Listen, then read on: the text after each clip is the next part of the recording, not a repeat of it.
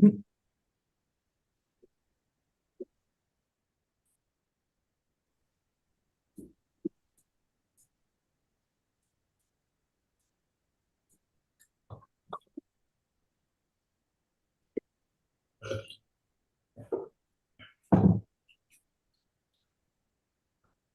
morning. Good morning. Good morning. Good morning. Good morning.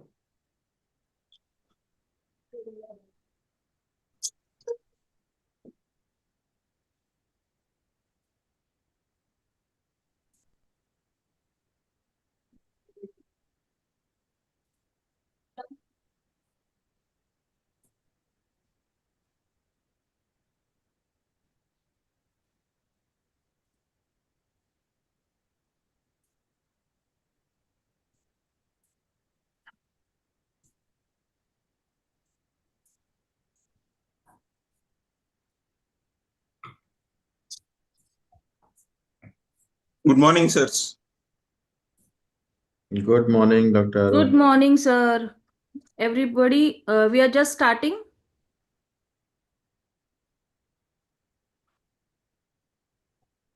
Harbhajan sir, on a Sunday, you are looking very formal. Actually, I have a function to attend immediately after this class. Okay, I have to go for a wedding. Okay, Harbhajan sir, you are ready? Should we start? Yes, ma'am. Shall I share my screen? Yes, please.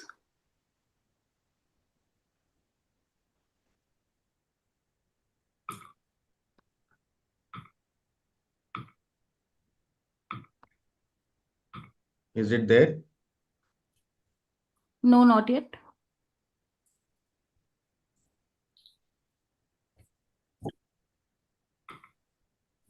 Now? Yes, sir. Yes, sir.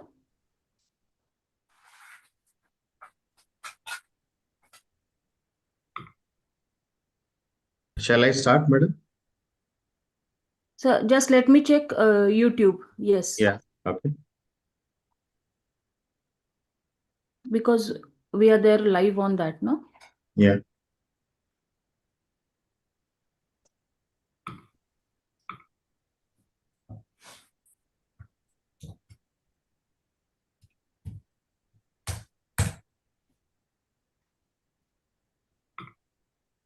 YouTube is showing something different, but whose screen is this on YouTube? You all can check YouTube.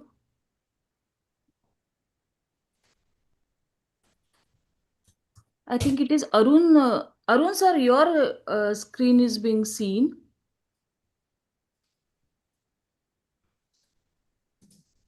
My screen?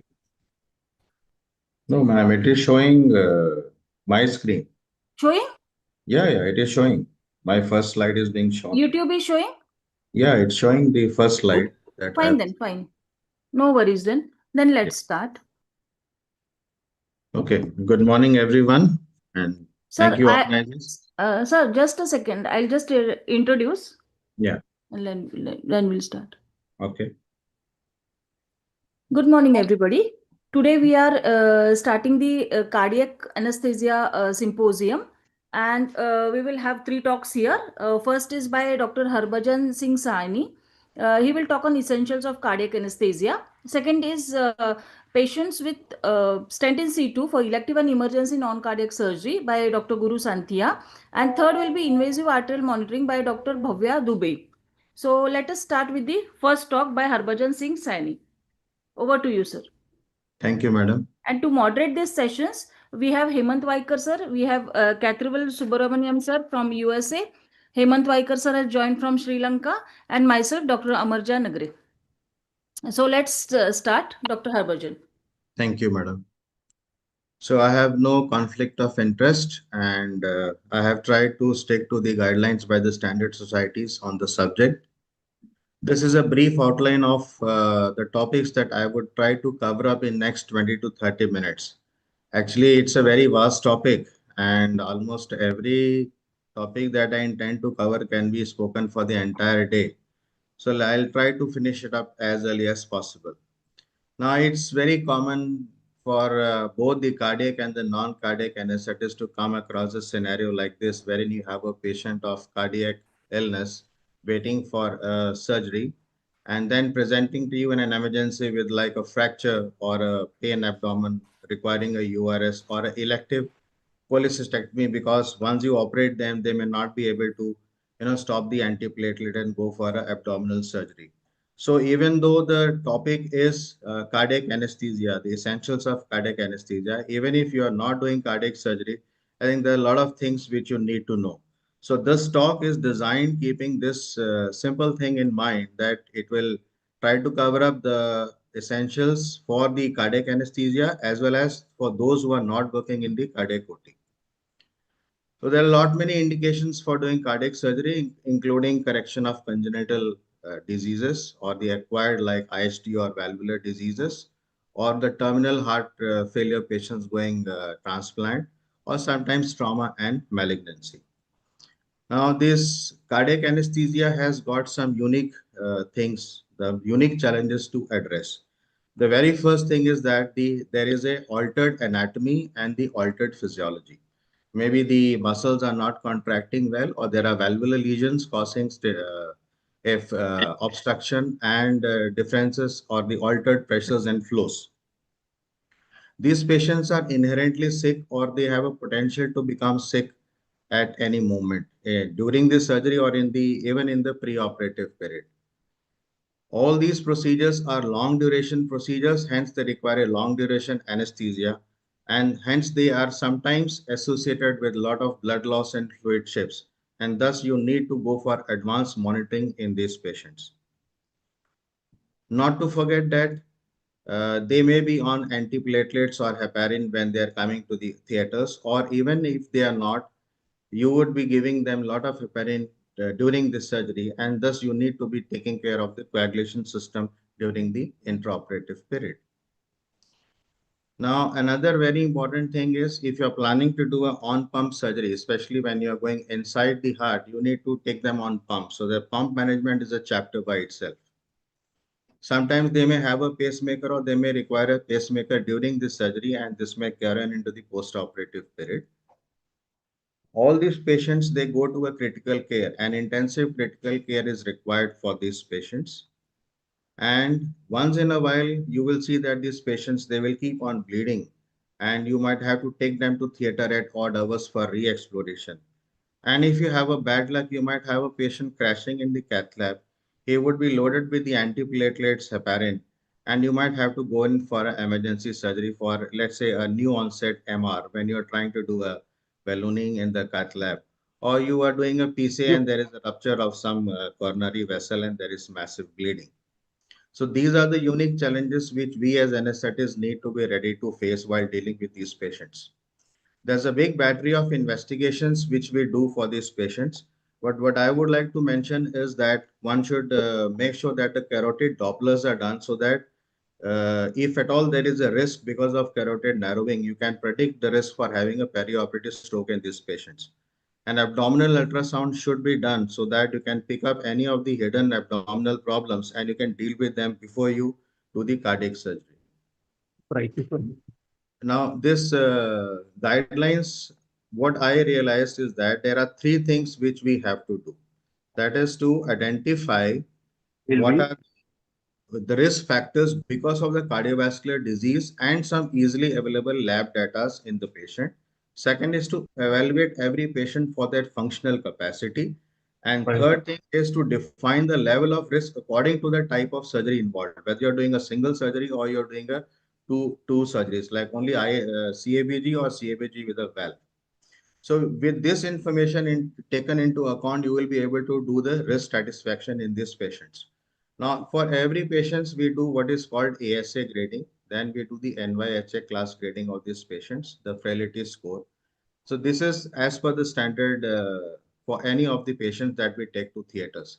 Now, presence of things like obesity, chronic obstructive pulmonary disease, pulmonary artery hypertension, or ongoing acute coronary event, or let's say a MI or a right ventricular dysfunction, heart failure, heart blocks, or arrhythmias like atrial fibrillation, or a pre-existing stroke. or when there is a previous cardiac surgery. These are some of the red flags which will definitely increase the perioperative morbidity and mortality. Now, for the non-cardiac surgery, we go for what is called the RCRI uh, risk assessment. But for specifically for cardiac surgery, what we do is what is called the Euroscore 2, the cardiac anesthesia risk assessment, and the STS scoring. Now, in the RCI, there are 6 things that we do. That is the presence of a high-risk surgery like a intrathoracic, intra-abdominal surgery, or presence of ischemic heart disease, CCF, CVA, ongoing insulin, and creatinine being more than 2 grams. Now, in addition to this, what we do is that there are 3 things that we try to capture. One is the patient-related factors, then related to the surgery, and so there is a big battery of things that you need to feed into this online app, and then it tells you the score. So this is the Euroscore 2 for risk assessment. Similarly, STS score also you have to feed a lot of data about the patient, the labs, and the type of surgery, and that gives you the assessment about what is the risk in the patient. Now, the cardiac anesthesia risk assessment is very simple. It is clinical, not lab parameters are not required. It is very quick. And it just depends upon what all the patient is not having. It's not taking into any account the intraoperative events. So this is very simple tool to do.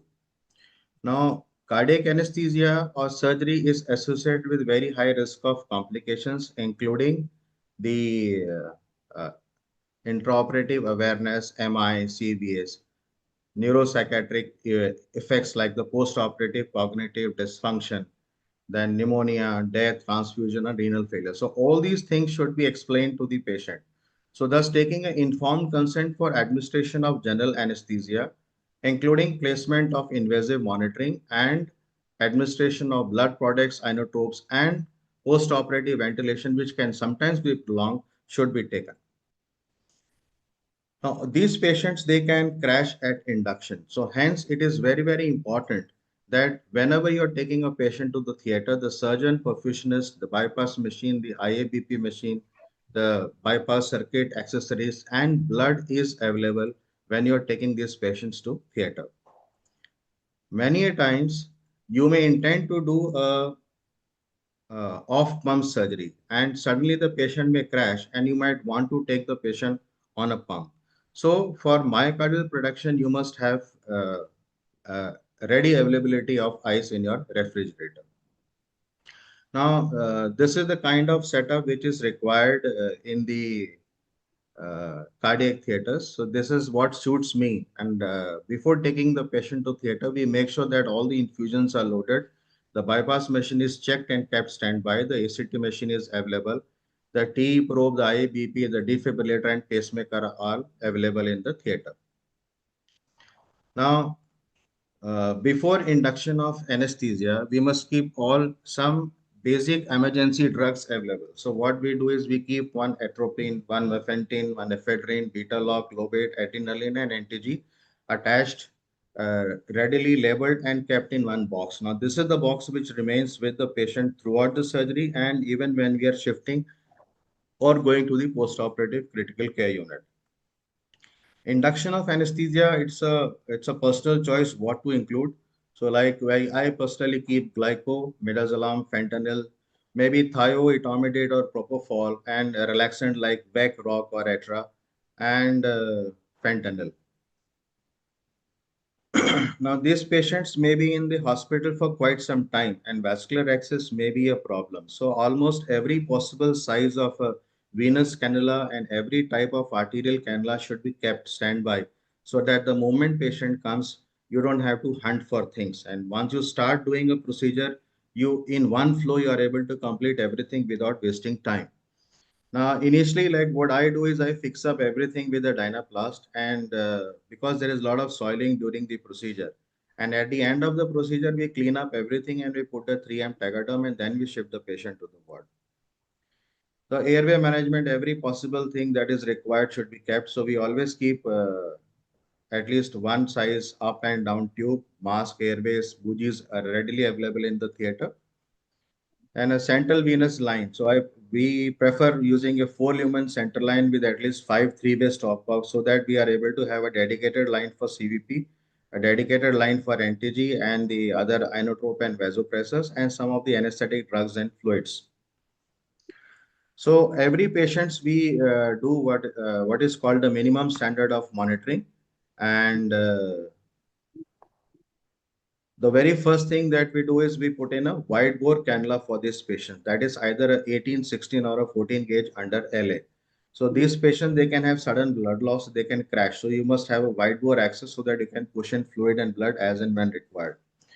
Now, in the non-cardiac side, we usually do 3-lead monitoring, but here we put 5 leads and we make sure that lead 1, 2, and 5 are monitored. The DFib tabs are applied. And the first thing that we do is put in a right radial arterial line. The left one is kept for the surgeons to harvest in case they're going for arterial cleft. But in case this is not available, then you can go for a femoral arterial line right for the start with. Then things like capnography is very, very important, especially for monitoring the adequacy of ventilation, as well as for seeing the circulation and the pulmonary function when we are coming off pump. And some of the cases we might go for pulmonary artery catheter or TE in some patients. In some patients, we might have to go for IABP monitoring or IABP support, or go for a placement of a non-invasive cardiac output monitor like a flow track. Core temperature monitoring is must. Now, in all anesthesias, we must measure depth of anesthesia and depth of neuromuscular monitoring so that we can give the precise amount of drug without going high or low on the dosage, so that we do not have unwanted hemodynamic effects during the surgery and we have a quick wake up at the when the patient is in the recovery.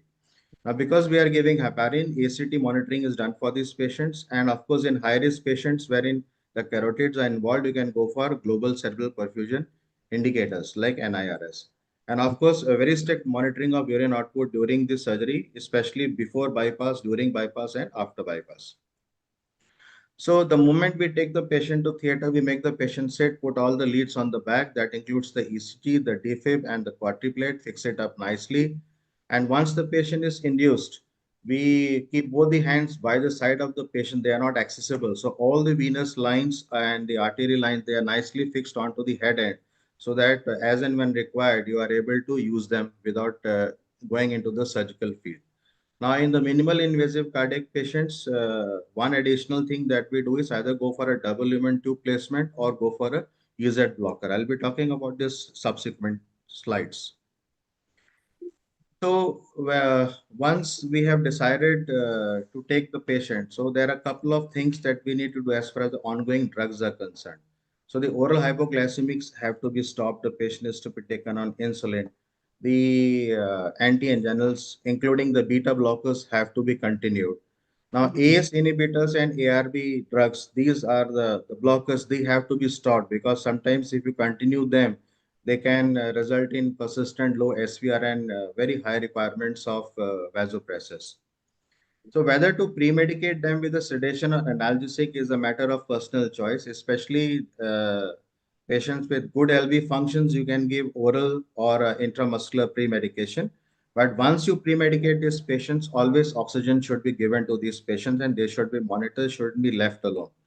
Now, those who have got low left ventricular ejection fraction, those patients, one should not give sedation till a wide bore access is placed and the monitoring is started and the surgeon is available. Sometimes even the smallest amount of sedation can make the patient crash and you might have to hurry up with the induction and proceeding for surgery. Now, whether to give anti-silagogue in such patients or not is a matter of personal preference. As per ERAS, not to be given. But I find that giving glycopyrrolate makes a lot many things easy. There's less soiling at the head and there's less need to do suction in these patients. Because every time you do a suction, there is a sympathetic surge, so that can be avoided. Now, going on to the induction. So actually, uh, all the books, they just mentioned one thing, that ideal induction is the one which gives which maintains the hemodynamics of the patient. So there is no perfect recipe. It's a matter of personal choice what you want to use.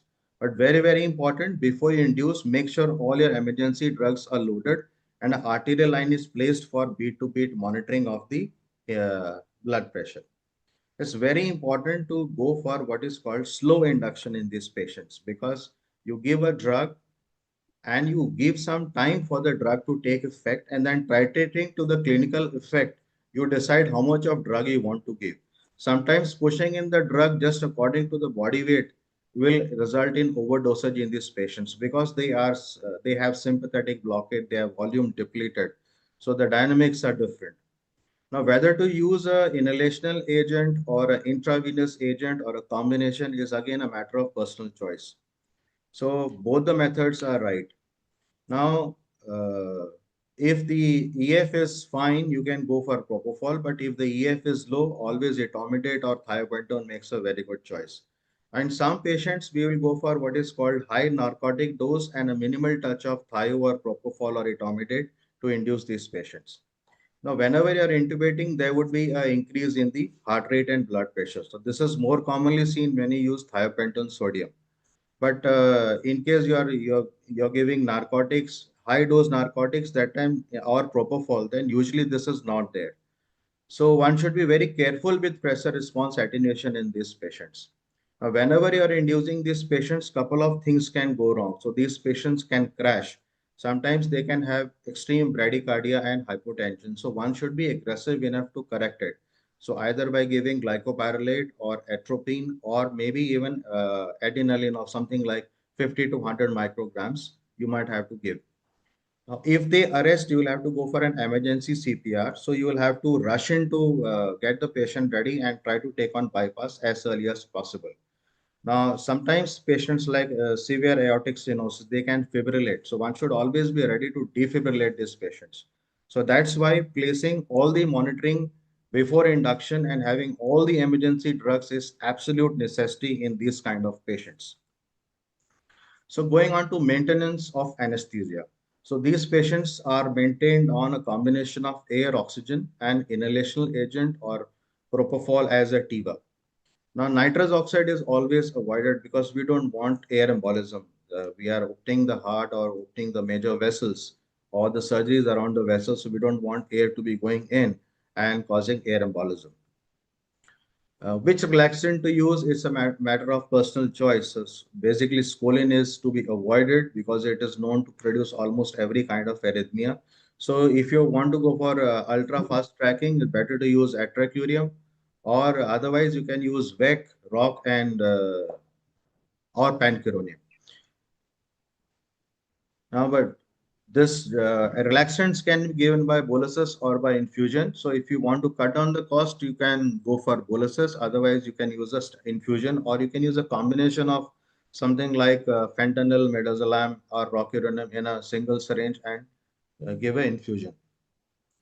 As I've already said, monitoring depth of anesthesia and neuromuscular monitoring should be done in these patients so that you do not overdose these patients. Now, there are a couple of touch points during the surgery wherein there is intense stimulation. So, wherein we should be very careful to ensure that there's no undue sympathetic stimulation. We blunt it by giving additional fentanyl, propofol, or inhalational agent, or maybe some additional amount of beta blocker and NTG. So, like the skin incision, the sternotomy, the rib retraction, then when you are opening the pericardium, when you're going for the cannulations, and we are going for the cross clamp, especially when you are touching the aorta, going for cross clamping, or you should make sure that the systolic pressure is something around 90. Otherwise, there's a risk of having dissection at this stage. So if everything is fine, this is the kind of picture you will see in these patients. Now, and as far as optimizing the hemodynamics is concerned, so sometimes in very poor LV function patients, high risk patients, or when you're doing a cardiac transplant, you should use a pulmonary artery catheter. Then use of T is being promoted. Initially, it was only for selected few cases, but now almost every case, it's better to have a T and guide us as far as the volume status is concerned. Then in some patients, we can go for non-invasive cardiac output monitoring. So why is TE important? So TEE, that is transesophageal echocardiography. So it will give you a very clear indication about whether your patient is volume optimized or not. So in case there is volume lag, you will see the kissing ventricles and you can optimize the fluid. So in case you are doing a correction of some congenital anomaly, So it will define the structures before and after the repair. Thus, it will guide the surgeon to do the repair. Sometimes during the repair, like let's say you are doing a mitral valve repair, so there can be some inadequately repair or inadequately done surgery or over excision and all. So that can give rise to new onset of MR. So this is immediately picked up, and so you can take corrective actions. So another thing is when you are doing an open heart surgery, it's all full of air. So to know whether there is presence of air or not, in spite of you trying to de-air it, you will be able to see it on the T, and you can guide the surgeon to continue with de-airing the system. And of course, the new onset lesion, like one MR I have already told. Second is new onset regional wall motion abnormality. So in spite of doing graft, if you see that some new onset regional wall motion abnormalities, that would be an indication that yes, you need to revise your grafts. So one thing is that TE probe should be placed just when you have intubated the patient. Many times we are in a hurry to do so many things, and you hand over the patient and surgery is started, heparin is given, and then you realize, oh, I have not put the T. So then putting in the T is going to be a problem. So that's one very strong thing I would like to remind the novices. Induce, place the T, take care that the T probe doesn't fall, and then only hand over the patient to the surgical field. So these are some of the pictures I have captured. At the extreme left, you can see a mitral stenosis with a vegetation. In the center, you can see the presence of air, the snowstorm appearance. And on the extreme right, you can see the mitral valve is well functioning and the endocarditis is all gone and there is no air in the system. So that's the beauty of having T in the surgeries. And some patients, we will use a non-invasive cardiac output monitor. So here we can see the SVV that will tell you about whether to give volume to these patients or not. And additionally, it shows the SVR, the cardiac output, and the cardiac index. So this is a real-time display just on the basis of input from the arterial line and the central line. And with this, you can decide whether you want to give volume, you want to give inotrope, or you want to give a vasopressor. Now, in the most of these monitors in the arterial line, you have a pulse pressure variation display. This is also a dynamic marker of volume responsiveness. So we move away from static to the dynamic markers in the advanced hemodynamic monitoring for cardiac patients. Now going on to maintenance of anesthesia. So maintenance can be done only with volatile anesthetic agents or with total intravenous anesthesia involving propofol with midazolam, fentanyl, or remifentanil or sufentanil. It's a personal choice, or you can use both volatile agents in low dose along with low dose of propofol. Especially in pediatric patients, dexmedetomidine helps, and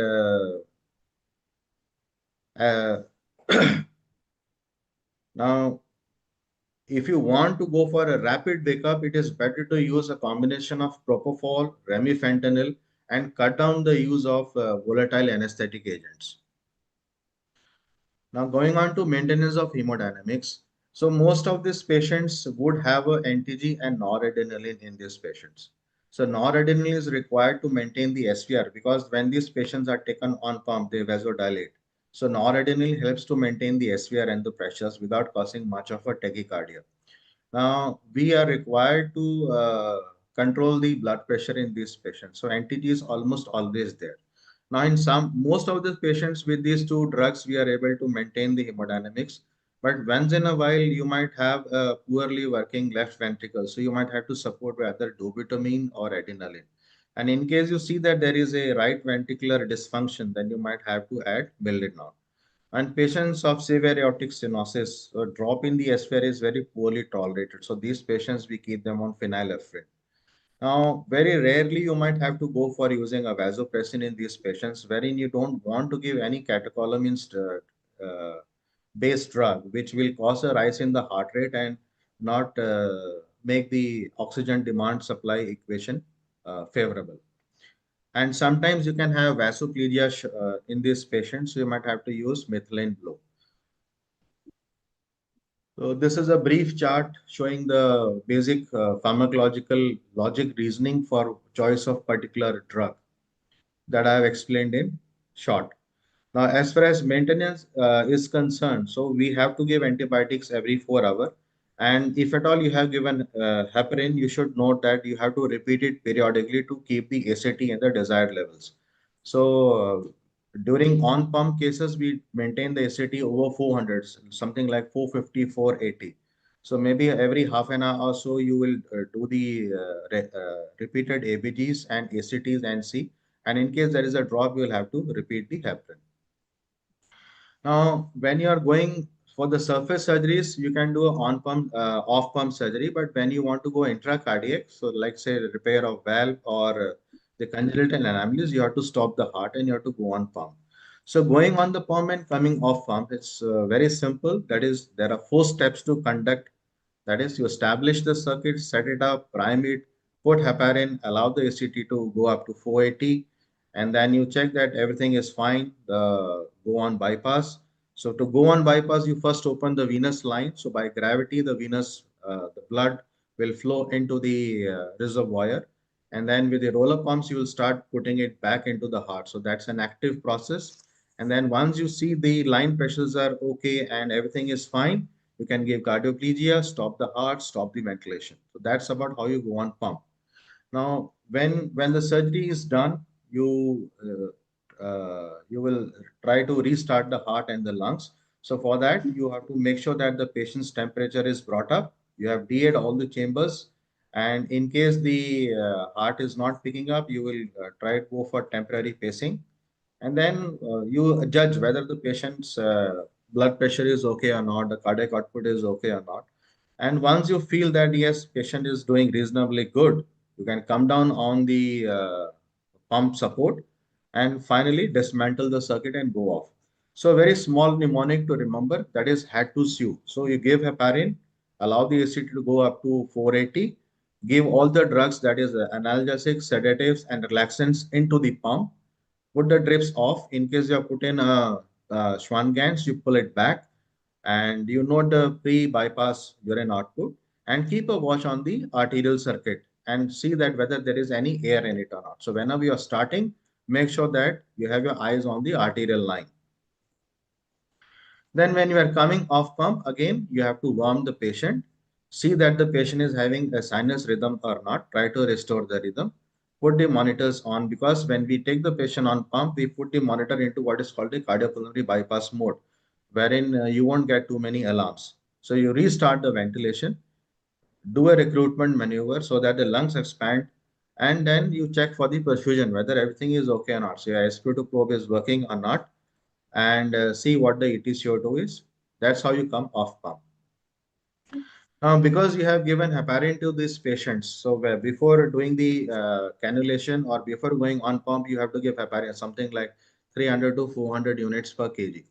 So once all your repair is done and you have come off pump and everything is fine, so then you have to reverse this heparin by using protamine. So for every 100 units of heparin that you have given, you give 1 milligram of protamine over something like 10 to 20 minutes very slowly.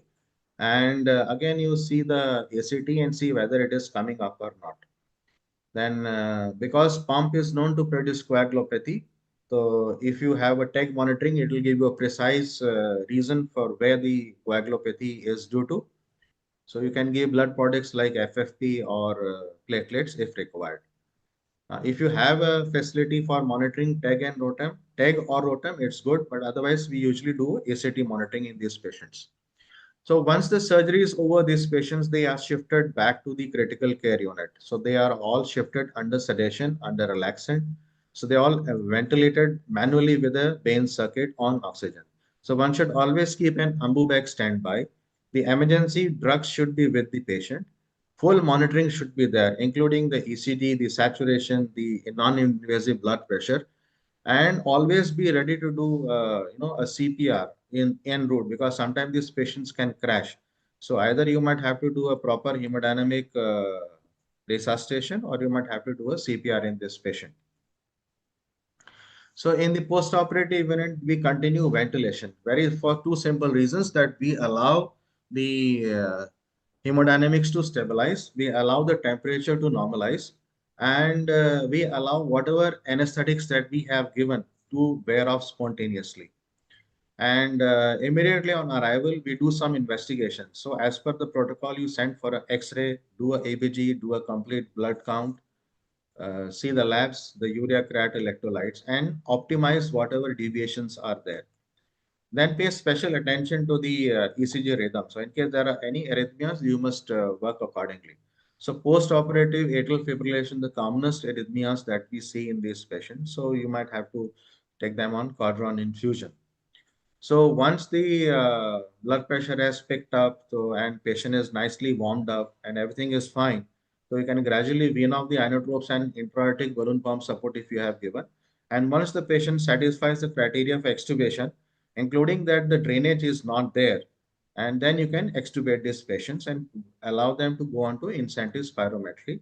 And about 6 hours later, you give them your antiplatelets to continue the anti-platelet therapy. Now, complications are known to occur when dealing with this kind of patients. So, like there can be hemorrhage from the grafts or from the incision line or from the sternal incision. So that can cause a lot of bleeding. So they might have to be taken back to the theater. And sometimes this bleeding can be within the pericardium from one of the grafts, and this can cause tamponade. So one should be ready to pick it up as early as possible and do a bedside intervention. Sometimes there can be a pneumothorax if the ICD is not properly placed or it is being left closed. So one should pick it up as early as possible and intervene. Now, because the lungs were not ventilated and there's a lot of handling around the lungs, there can be atelectasis. So that can manifest as post-operative hypoxemia in these patients. Some of them with poor LV functions can go into pulmonary edema or have embolism. And you have a bad luck, they can have a MI in the post-op period. So one should always be ready to deal with this kind of complications. Now, standard cardiac surgery involves a midline sternotomy, which is a very big incision. It's painful and it requires us to take some precautions. Like you can't bit left, you can't go on from supine to lateral position for a couple of days or months after the surgery. So the interest has shifted to going on to a smaller and smaller incision. So that's how minimal invasive cardiac surgery is picking up. So that gives us a lot of advantages. Very small incision, less trauma, they are less painful. And for this smaller incisions, you can give some chest wall blocks to control the pain and make the patient comfortable and go for on-table extubation if required. The most important is because there is no broken bone, there is no need for taking the sternal bone precautions in this patient. So thus these patients, they have a very quick recovery in the theater, in the recovery, and as well as a very quick return of function when they are home. So when you have a minimal invasive cardiac surgery planned, so we are required to do lung isolation. So go on to single lung ventilation. So whether to use a DLT or a bronchial blocker is a matter of debate, a matter of personal choice. And my experience, putting in a DLT is a little hemodynamic unfriendly for a cardiac patient. Placing the bronchial blockers is very easy, takes little amount of time. And there's a very high success rate of placing the double lumen EZ blocker, even blind, in any patient. So one should, at least in our unit, we prefer using a bronchial blocker over a DLT. Now, another thing is that it's through a very small incision that you are doing a cardiac surgery. That's a thoracotomy. And sometimes these patients can crash. So one should always be ready to go on to emergency cardiopulmonary bypass. So for these patients, always the right side or on the side which have not taken the femoral, the other side, the femoral artery and vein is kept looped so that in case you are required, you can go on to a bypass immediately. So this is a view from the telescope into the area after all the graftings is done. So you can see that there's a beating heart, the lung is collapsed, it's a very small area, and it's indeed a challenge for a surgeon to be doing. But then yes, triple vessel disease can be easily dealt with a thoracotomy incision. So ERAS protocol has come up with lot many guidelines. So what I found interesting was that even in cardiac surgery patients, now they are saying that you can allow them to take liquids, sip till you sand, maybe till 2 hours before surgery. Yeah, okay. In in the intraoperative elements, there are a lot many recommendations. So they have given a very clear-cut guideline that in low-risk patients, there is no need to use a pulmonary artery catheter. And another thing Lung, that struck me is that, like if during the heart cardiopulmonary, towards you. we do not ventilate. But now there is a guideline which No. says To the that continue ventilation, no, dependent heart something comes like into the 100 picture. ml, 100 ml tidal volume. If you need, you let me know. And there is another big battery of things that can be done in the post-operative period, just like any other surgery. This I will not go into detail. So I would conclude by that uh, cardiac surgery is a teamwork involving multiple people, and you require a very big infrastructure for doing such cases. It is not that when something is required, I will do it. So every case you have to start with every possible modality for monitoring and intervention ready and apply to the patient. Everybody in the team should be knowing what is to be done. There's a lot of planning. And once you do a planning, everybody has to adhere to it. But in spite of all this, there would be surprises. So one should be ready to deal with, moving away from the planned things and going in for emergency billing out. The most important is to maintain the physiology. That is, maintain the perfusion, maintain the oxygenation at every given stage. Now, prevention of complication is more important than managing complications during cardiac surgery. So every small thing that you can do to prevent a complication should be put in place. And as early as possible, you should allow them to go for physiotherapy. So if you ask me what is the recipe for cardiac anesthesia, I would give it as a 8 point. That is, That is not good. assess the risk, plan accordingly. Always go for having a invasive monitoring placed under LA and sedation. And before induction of anesthesia, in high-risk patients at least, go for low-dose inotrope and vasoconstrictors. Something like NORAD or dobutamine, you can let it go so that the patient's vascular resistance is maintained, the contractility and inotropy is maintained, and the patient doesn't crash at induction. So sevoflurane and etomidate, you can use them to get a very smooth induction, and everything is fair, whether you want to go for only volatile agents, only TIVA agents, or a combination of both. Most of the cardiac surgeries can be done with the invasive monitoring, a CVP line, and TEE. It's only in the high-risk patients wherein you have to use a PA catheter or go for a non-invasive cardiac output monitoring. And all patients should have this monitoring and neuromuscular monitoring so that the depth of anesthesia and neuromuscular monitoring is appropriate. You don't overdose. Lastly, when the patient is on pump, always go for clinical monitoring. Keep a watch on the color of the patient. Keep a check on the eyes for the pupillary size, the reaction, whether there is any chemosis. Always see the arterial and the venous line from the pump for the color difference and whether there's any air in it. Always visually inspect the heart as and when required, whether it is contracting properly or not. That gives an indication of the function, and whether it is getting distended, that is, it is getting overloaded. Now, if you're maintaining the patient on normothermic bypass support, then 2.2 to 2.4 liter of flow is fine. But in case you are dropping the temperature to 28 degree, you can go as low as 1.5 liter per minute. Now, MAP should be maintained between 50 to 80, and mean pulmonary artery pressure should be kept less than 15, and CVP should always be less than 5. In case the CVP start rising, one should always think of an outflow tract obstruction in the venous side. And in high-risk patients, always go for global perfusion indicators. A perfusionist is not a doctor, so it is the duty of the anesthetist along with the surgeon to keep a watch on everything that the perfusionist is doing. Sometimes they will see pressures are low, they will increase the flow. Sometimes they will see pressures are high, they will decrease the flow, not realizing what the consequences are. With this, I end my talk. In case there are any questions, I'm open to it. Thank you, Harbhajan sir. That was an excellent synopsis of cardiac anesthesia for off-pump or on-pump surgeries.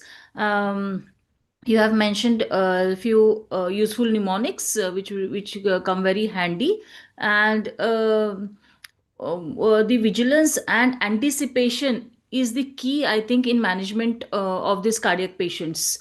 And we have to be always ready wholeheartedly to work for long hours in cardiac anesthesia.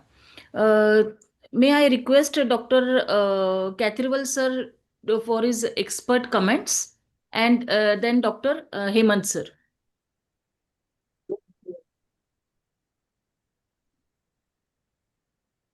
Excellent lecture on overview of what we do in cardiac anesthesia. I think very good points on bypass, what we do, post bypass ICU. Can you? I think there are studies on ventilation during bypass, and it hasn't shown to be that useful, if I am correct. There is one large multi-center study going on right now, whether ventilating the patients useful on bypass or not. So the jury is still not out. It may be useful in selected patients, and it's like low tidal volume ventilation. It has not been shown to be that useful compared to adequate tidal volume ventilation in cardiac surgery patients. So, the ventilation, whatever the modality you use, you have to just make sure patient is ventilated well with the blood gases, which we monitor using ABG during these cases. So, if you get a patient with poor lung function, my question is what you can do to prevent postoperative pulmonary complications in cardiac surgical patients. It's the only thing, in my view, which will prevent complication is appropriate preoperative preparation rather than what we do intraoperative. I mean, you don't do harm. Make sure the ventilation is perfectly done, suction the tube, provide adequate ventilation, drain the pleural effusion, extubate early, provide proper pain management. All these things helps. You do anyway for every surgical patient. But I think the main factor which prevents postoperative pulmonary complications is appropriate risk reduction preoperatively. Make sure you stop smoking, make sure you treat infections, make sure you provide incentive spirometer, make sure you treat the patient with bronchodilators if the patient has obstructive lung disease. Pulmonary rehabilitation, they call it as pulmonary prehabilitation. Send them to pulmonary breathing exercises preoperatively. All these things are the only important factors. You reduce the risk before the patient get to the operation. Intraoperatively, you do good management, but I think preoperative management is very important. That's something we learned over the years. I just want to mention that. Thank you. I will leave it to Dr. Hemant.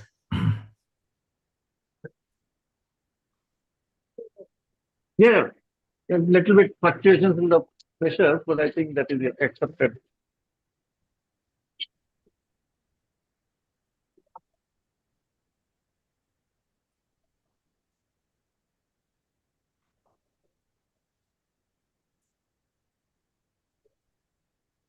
I think Hemant sir is in OT. I'm here only. Yeah. So we are not able to hear you properly, sir. Can you hear me now? Yes, sir. Better. Hello? Better, sir. Yeah. Dr. Harbhajan Singh has done a wonderful job, as Karpiwal said. I will just touch on one or two practical points. One is the giving heparin. Now, this is the most important step in cardiopulmonary bypass. Heparin must be given by a consultant and not by a technician. That's first thing.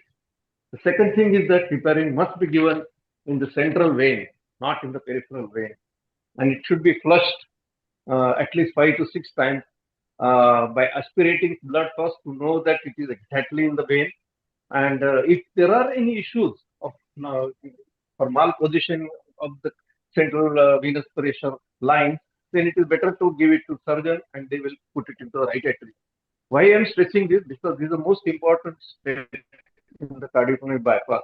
Anything goes wrong in this state, it will catastrophic. The second thing is that protamine. When you give protamine, it has to be given in diluted form and into the peripheral line, not in the central line. Because when it goes into the lung, it interacts with the mast cells and produces severe anaphylactic reaction. Usually, you may have to go on bypass by after giving heparin.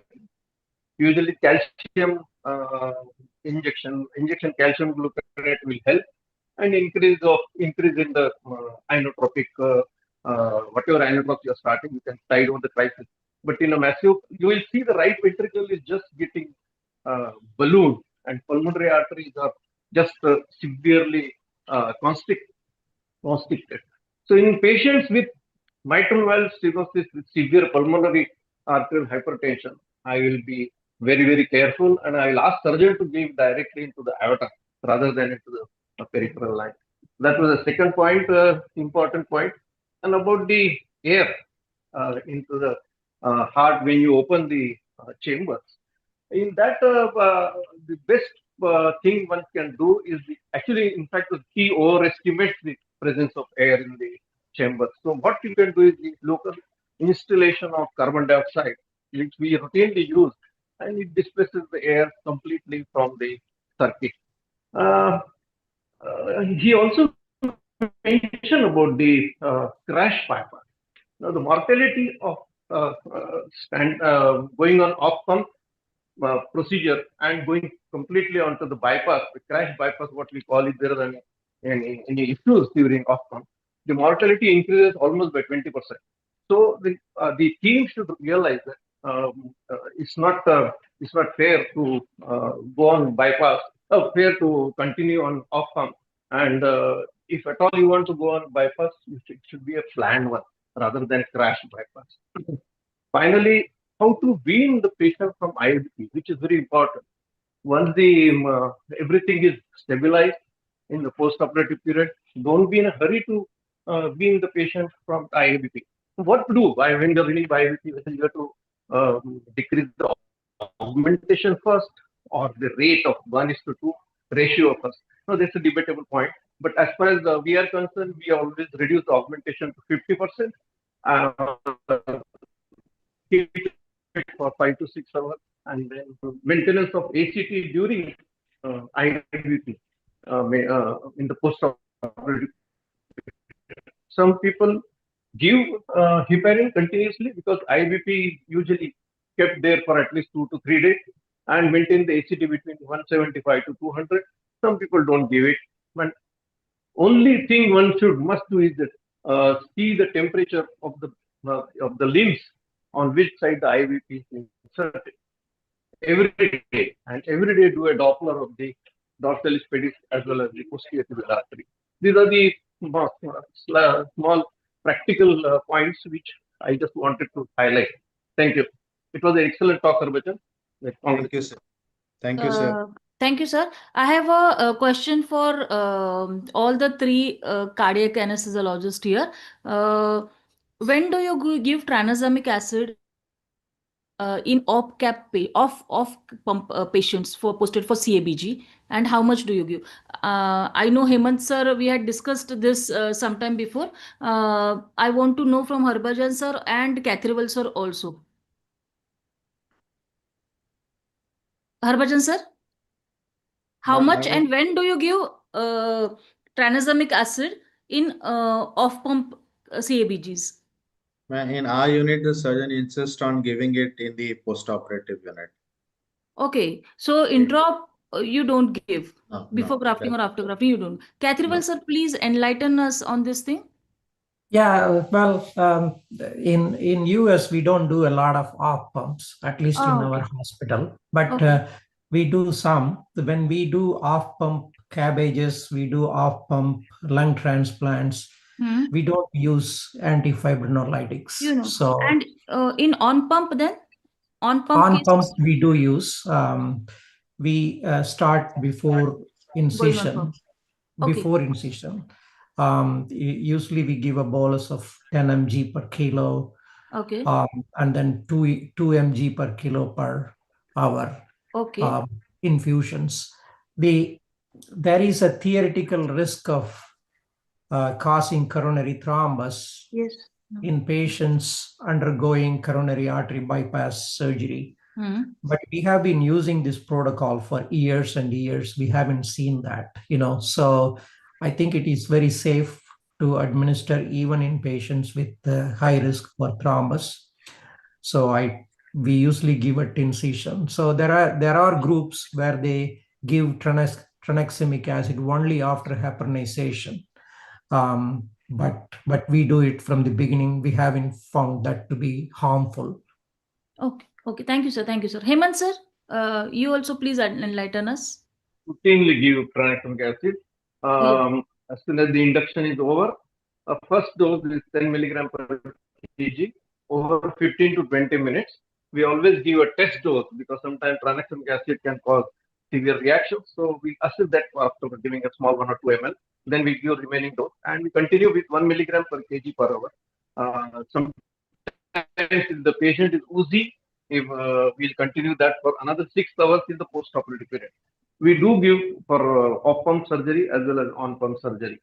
As Dr. Katriwal said, that there are certain concerns about the grafts getting blocked, but it has not been proved. So it is supposed to be a very safe drug, and it should be used because and during cardiac surgery, because your aim is to reduce the transfusion of blood and blood products at 18%, and this really helps in this case. Yes. Agree, sir. Thank you, sir. We have one question from Minoti Poddar, madam, and she's asking us: do you use blocks for post-operative analgesia, and do you use morphine? Madam, in my case, we don't use morphine. We use fentanyl, where we want to ventilate the patient for longer hours. We start with fentanyl infusions.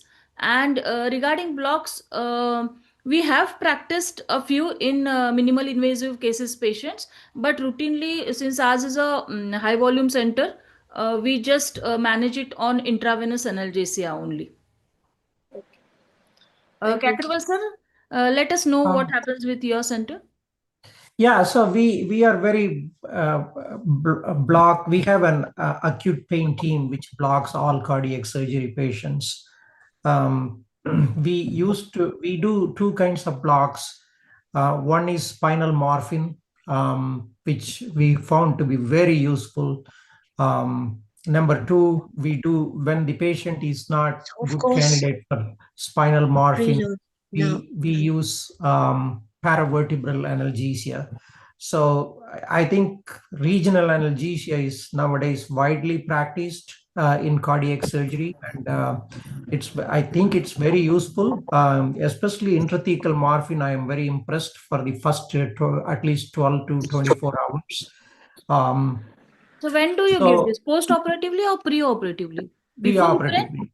Pre-operative. Yes. So by the interval between the spinal puncture and the heparinization should be at least an hour. Yes. But it's a very small needle. You give it. We haven't found to be harmful at all. But in patients who is coming on heparin and we have definitely Plavix on board. There are contraindications for regional analgesia. In those cases, we nowadays use methadone, IV methadone for analgesia. We use something like 0.2 milligram per kilo, one dose given at the beginning of surgery, or in divided doses, 0.1 at the beginning, 0.1 post-bypass. So those are all the techniques we use. I think several institutions use fascial plane blocks. They are very controversial, upcoming. They have not been shown to be very we improved analgesia for a long time. It's not really evidence-based practice, though many institutions do it. I will say spinal morphine, paravertebral, or kind of well-established practice. Okay, thank you, sir. Hemant, sir? No, we don't use blocks at all Yes. because Okay. we rely mainly on intravenous analgesic Intravenous. in the post-op period, mainly fentanyl combination with fentanyl with propofol, because our Okay. aim is to wean them off as early as possible. And within 5 to 6 hours, most of the patients are extubated unless they are having an issue. So we haven't got, because it's a private hospital, and I I'm know. not saying just because of that I don't use it, but I'm not used to it. That's a major thing I must confess here. Yes, sir. Yes, sir. Agree. Thank you so much, both the moderators and Harbhajan sir, for that excellent talk. Now let us move on to the second talk. A second talk is a very, very important topic, very much useful for cardiac as well as non-cardiac practicing anesthesiologists, which is stent in situ. How to manage this patient for elective and emergency non-cardiac surgeries. May I call upon our eminent Guru Santhia for the same. She is consultant anesthesiologist at Kumarans Medical Center, Coimbatore. She has done her EDIAC and EDRA as well, and has special interest in cardiac anesthesia as well. Over to you, Guru Santhia. Am I audible now? Yes, you're audible. Okay, so good morning all. So I'm here to talk on the patients with stent in situ for elective and emergency non-cardiac surgery. So this topic in particular is very important because the number of patients who are presenting to non-cardiac surgery after a percutaneous coronary intervention is on the rise. This topic deserves a special mention because after a coronary stent implant, these patients are on dual antiplatelets agents. And whenever they are posted for a non-cardiac surgery, you are expected to mitigate the risk of bleeding as well as the risk of thrombosis. So there, the anesthesiologists play a very important role. So what is percutaneous coronary intervention is, any patient has got a stable cardiac disease or an acute coronary syndrome, the common method of revascularization is a percutaneous coronary intervention. CABG is entirely different topic per se. So these percutaneous coronary interventions are either it can be a bare metal stent, or it can be plain balloon angioplasties, or it can be a drug-eluting stent, or a drug-eluting balloon, or a bioabsorbable vascular folds. So there is an evolution of percutaneous intervention from balloon angioplasty to bare metal stent to drug-eluting stent to bioabsorbable stent, and recently they have even drug-eluting balloons. So why have these evolved over the period is there was a high risk of the stent thrombus in bare metal stent, and there evolved a group of drugs which is associated with lower risk of in-stent thrombosis, which happens subacutely. So have you ever wondered the drug-eluting stents, what drug does they elute? They do not elute any antiplatelet agents or any anticoagulants. They just elute the antimitotic drugs. So in the first generation, it was sirolimus and paclitaxel. And in second generation, it is everolimus or zetorolimus eroding drugs. And why were they produced was any coronary intervention or any vascular intervention which is happening. Anything which is probed into the vascular structure will incite a vascular injury. That will incite a vascular reaction, which is characterized by revascularization or endothelialization. When this endothelialization happens, ma'am, I'm getting like interference. Can you mute all, ma'am? Okay. So when these re-endothelialization happens, when they were doing balloon angioplasty, this re-endothelialization or the neo-intimal hyperplasia which would happen following a balloon angioplasty was uncontrolled. And the patient was having a risk of restenosis of the residual vessel which was there, and hence balloon angioplasty is associated with increased risk of restenosis of the same vessel. So they brought in a new stent, which was a bare metal stent. So they thought putting an intact lumen inside the vessel, this neo-intimal hyperplasia would stop, or that would be kept in check. But again, through the struts of the bare metal, these neo-intimal hyperplasia progressed, and there was increased risk of subacute stent thrombus in patients with bare metal stent. So now, to check the neo-intimal hyperplasia and to produce a more effective lumen, they brought in the antimitotic drugs, which will actually lead to a more controlled neo-intimal hyperplasia or neo-intimal plasia and would prevent the stent thrombus. So that is why they had antimitotic drugs in the PCI to produce a more controlled neo-intimal proliferation. So in the stent thrombus, following a bare metal stent, 4 to 6 weeks is the highest risk of stent thrombosis. And with the drug-eluting stent, the first 3 months is very important to prevent the stent thrombosis. The stent thrombosis can be acute, subacute, late, or very late as per the timeline. So in order that the stent has to get matured to be in the place. See, in order that the stent has to be matured, you need an adequate time of maturation. For a percutaneous coronary intervention with the drug-eluting stent, it takes at least 1 year for the drug-eluting stent to get matured and to get accustomed into the coronary bed vessel per se, and that period is called a maturation period of a PCI. In those time, the patient has to be there on dual antiplatelet agents, may it be aspirin clopidogrel or aspirin ticagrelor, depending upon the cardiologist. In our center, our consultants mostly prefer aspirin and ticagrelor for some patients after coronary stenting. Some patients may be on monotherapy with oral anticoagulants also after the percutaneous coronary intervention. So any patient presenting to you with the coronary intervention for a non-cardiac surgery, of course, history is very important. Pertaining to his personal history also is very important. Pertaining to cardiac etiology, you will ask them when they had their diagnosis of coronary artery disease, what was the primary indication for a PCI? Was it a stable cardiac disease or was it an ACS, the acute coronary syndrome?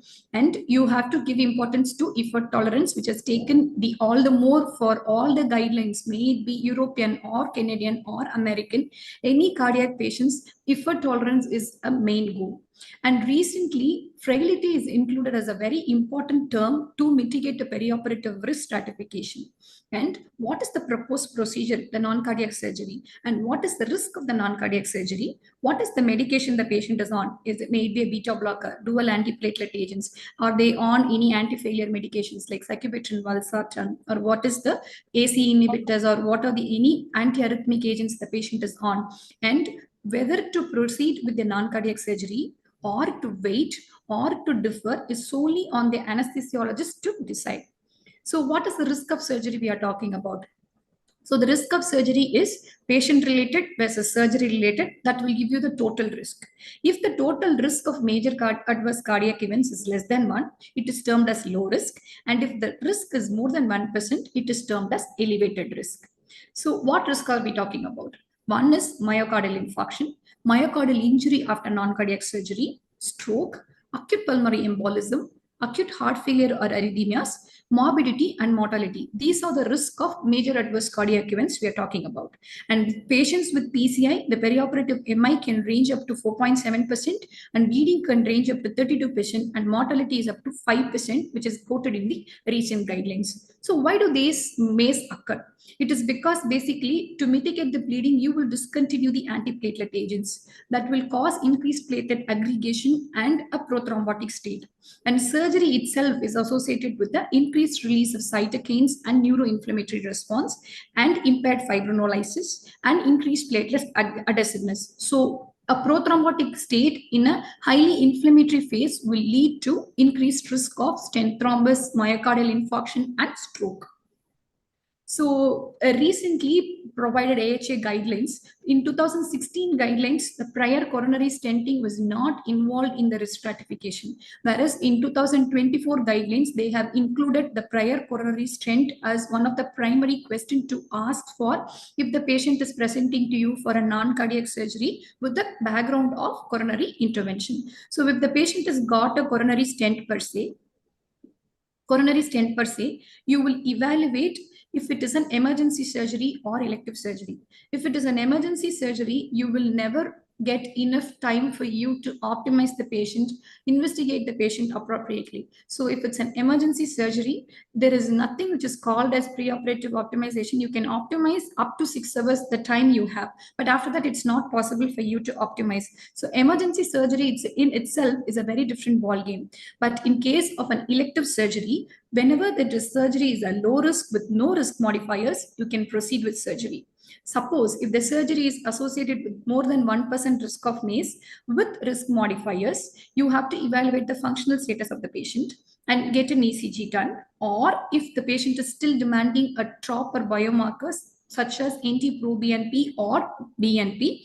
If NT-proBNP is less than 300 micrograms per ml or BNP is less than 92 and TROP is less than 99th percentile, if it is normal, you can proceed to surgery.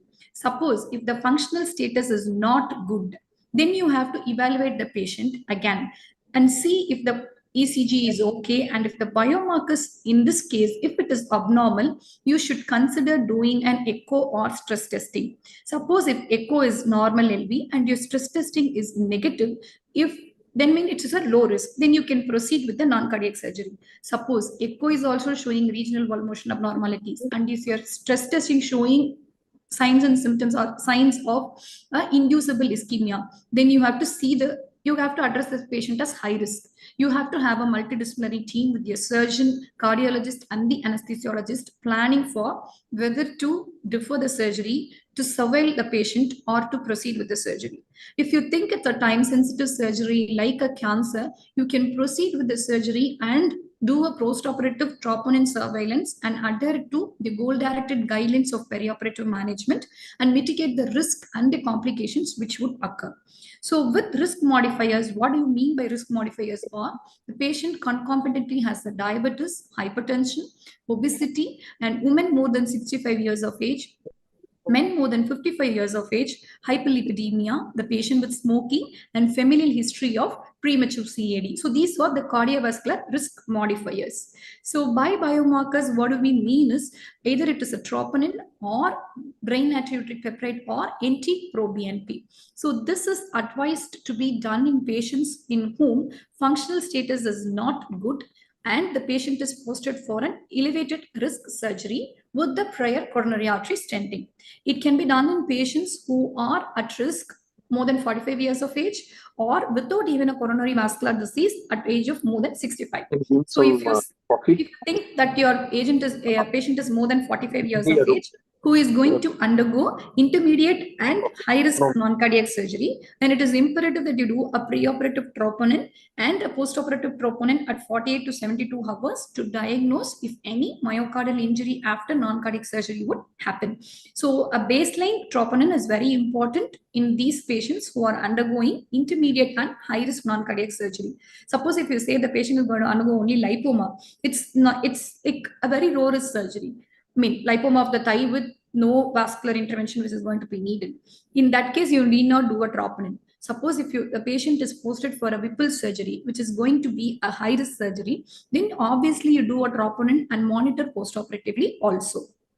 So if one thing you have to note from this whole presentation is the timing of elective or a time-sensitive non-cardiac surgery for a PCI that is requiring a management with dual antiplatelet agents.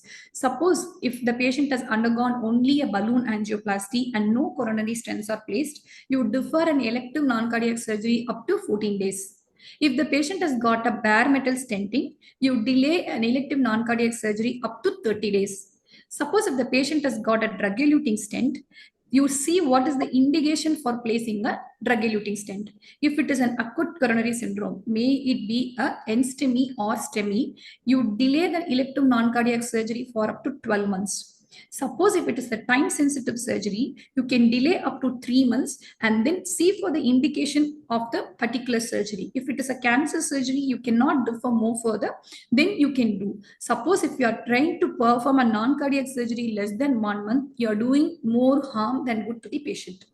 And if it is given for a chronic coronary artery disease, then delay the NCS for more than 6 months after placing a DES PCI. Or if it is a time-sensitive surgery, again, time-sensitive surgeries are mostly for cancers and all that, and you can delay up to 3 months. If it is less than 1 month, you're doing more harm than good to the patient. So the whole management of patients with PCI will depend upon how emergent or how urgent the surgery is. If the patient has got a limb-threatening, life-threatening, or any neurosurgical emergencies, you will have no time to optimize these patients, like stoppage of dual antiplatelet agents, give them adequate volume resuscitation, or whatever resuscitation or optimization is which is possible in the elective group. So in emergency, your management is dependent morely on the patient's status at that point of time and manage accordingly. So limb-saving, life-saving emergencies, less than 2 hours you have to take, and that becomes an emergency basis. An urgent surgery, which is limb-threatening or life-threatening, which can wait to optimize up to 24 hours, falls on urgent surgery. Any surgery which has to be taken within 1 to 6 weeks, like a cancer which is diagnosed and has to be evaluated for further meds or so, that is a time-sensitive surgery, because more time you give, the more chance the patient will get metastasis. So this is a time-sensitive surgery, and again is an elective surgery which can wait for an indefinite or long period of time. So the levels of risk reduction will depend upon pre-op, intra-op, and post-op. So the general risk reduction strategies like smoking, preoperative exercise programs, and weight reduction in obesity should not be forgotten in any patients who are presenting to us for non-cardiac surgeries. And adequate control of comorbid illness like diabetes, hypertension, dyslipidemia, and perioperative optimization of drugs is also utmost important. One thing which you should never forget in any cardiac patient is patient on beta blockers, continue beta blockers. Patient on AC inhibitors, if it is given for hypertension, better to avoid. If it is given for failure, better to continue. SGLT group of drugs which is given notoriously for heart failure with preserved ejection fraction has to be stopped 3 to 4 days prior because of the risk of euglycemic diabetic ketoacidosis. And anticoagulants should be stopped, and amiodarone and ivabradine shall be continued. And any drug which is started just before 24 hours, if you're going to give the patient with beta blockers, it is not indicated. Starting aspirin just 24 hours prior is not indicated. Coronary revascularization for a stable cardiac disease is not indicated. From a practical standpoint of view, you will just stand here with the risk between thrombosis and the risk between bleeding. When to start or when to stop the DAPTs is the question which will ponder in your mind. So before deciding upon to whom to stop or when to stop, you should know the thrombotic risk of the percutaneous coronary intervention. Suppose the thrombotic risk is very, very high, as in when you have given a bifurcation stent with 2 stents, when there is a left main PCI, when there is a 3-vessel PCI, or when there is more than 3 stents implanted or lesions treated, like PTCA done to LAD, LCX, and RCA in the same sitting or in the subsequent sitting, or when there is a total length of the stent is more than 60 millimeter, all these will be given in the angiographic findings of the patient. So you have to know what is the angiographic finding beforehand when you take these patients up. And thrombotic risk of the PCI is very high when there is less than 2 weeks after a POBA, less than 1 month after a balloon bare metal stenting, less than 6 months following a PCI with DES, and less than 12 months after a complex DES. So all this will become a complex DES when there is more than 2 stents or bifurcation stents like that. So these are the subsets of patients who pose a very high thrombotic risk. Then what is the hemorrhagic risk of the non-cardiac surgery? Suppose you're going to take only for an appendixectomy, or you're going to do for an arthroscopy where you can very well give a tourniquet and mitigate the bleeding. You just have to go do a cystoscopy or a vascular surgery where it is easily possible for you to coagulate and cauterize the vessel or get hold of the vessel with an artery. All those will become low risk surgery. Even carotid endarterectomy is a low risk bleeding surgery because the surgeon has opened and it's like everything can be controlled controlled in one go by the surgeon. But when the surgeon is doing a hepatic resection, a femur fracture surgery, or a TURP or DU or BT, or a prostatectomy, or any redo interventions like redo CABGs or aortic dissections, that becomes a high-risk surgery. So you decide whether to continue DAPTs or to withhold, depending upon the balance between the thrombotic risk and the hemorrhagic risk. So suppose if the thrombotic risk of the PCI, as in here, is very low and hemorrhagic risk is low, so you can continue aspirin, discontinue clopidogrel or the ticagrelor which is there, and you can mitigate the perioperative period concern. May it be the hemorrhagic risk may be low, intermediate or high. When the thrombotic risk is low, you can very well continue discontinue clopidogrel or ticagrelor, whichever the patient is on. Continuing aspirin is associated with lesser risk of MIS, so it is better to continue except for when microvascular neurosurgery or TUP is going to happen. So continuing aspirin is recommended in all guidelines.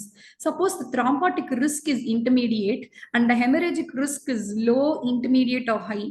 Whenever it is possible to postpone elective surgeries, it is better to postpone.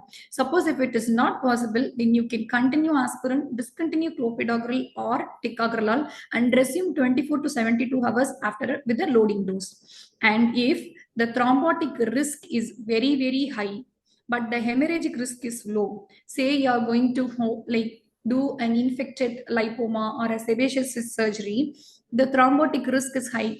Just say it is within 3 months of a PCA which is implanted. In that is a subcutaneous swelling. You can very well open it up, cauterize, do whatever you want within that contained period of contained area. So you can continue both aspirin and clopidogrel. In case of infection, you need not wait for any aspirin clopidogrel action to evade or wait. So you can continue both aspirin and clopidogrel in the perioperative period if the thrombotic risk is very, very high.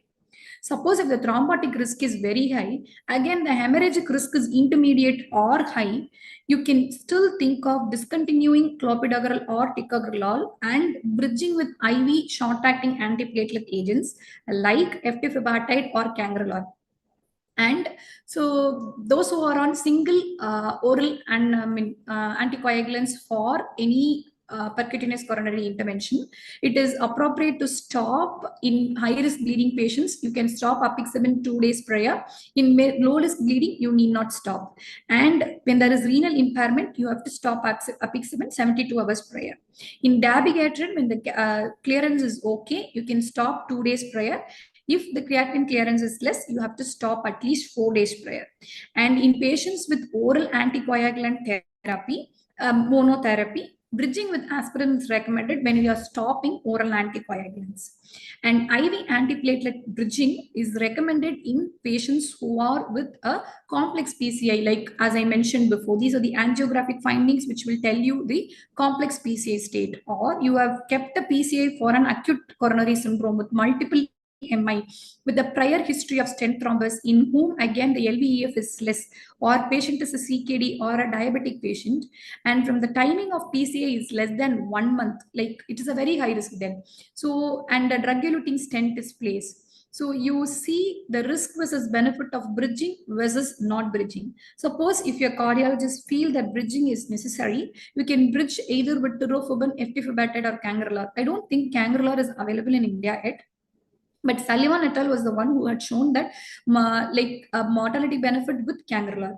And tirofiban, it's given like this action P2Y12 inhibitor, it is specific only to cangrelor, and all these drugs are given only intravenously. I personally use tirofiban, but not for bridging though. So bridging, as per 2024 AHA guidelines, it is not recommended routinely for any patients who have got even a high risk of PCI thrombus. And if at all you're doing a like bridging, you're supposed to stop prasugrel 7 days before, ticagrelor or clopidogrel 5 days before. Start these molecules like cangrelor or eptifibatide or tirofiban on the 3 days prior to surgery. Stop at least 4 to 6 hours prior to surgery and proceed with the surgery. And after 4 to 6 hours, you can resume the small IV antiplatelet bridging. After 24 hours, you can load with clopidogrel loading dose and then continue with clopidogrel and stop the antiplatelet agents. So it is the same for ticagrelor, whereas you will stop ticagrelor 1 to 6 hours prior and resume clopidogrel in the postoperative period. And cangrelor is the one which was extensively studied by Sullivan et al. But in recent AHA guidelines, there is no recommendation of bridging with IV antiplatelet agents or IV heparin for that sake. And the drugs for antiplatelet effect, if you are going to do a regional anesthesia, you have to follow an ASTRA guidelines if it is an elective or time-sensitive surgery. So for a minimum time from drug interruption to restoration of platelet effect will happen with aspirin only after 4 days, and with clopidogrel only after 5 to 7 days, and with prasugrel only after 7 days, and with ticagrelor it can happen only after 3 to 5 days.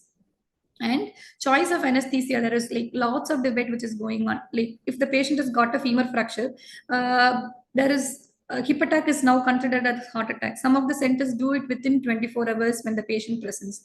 So some centers wait for 5 days for the clopidogrel effect to wean off and then give a spinal anesthesia. But recent meta-analysis or surveys have shown whether it is neuraxial anesthesia or a general anesthesia, there is no morbidity or mortality benefit for a elective non-cardiac surgery or emergency non-cardiac surgery with neuraxial or general anesthesia. If your patient demands a general anesthesia within 24 hours, you have to go for general anesthesia rather than wait for 5 to 7 days for the clopidogrel effect to wean off.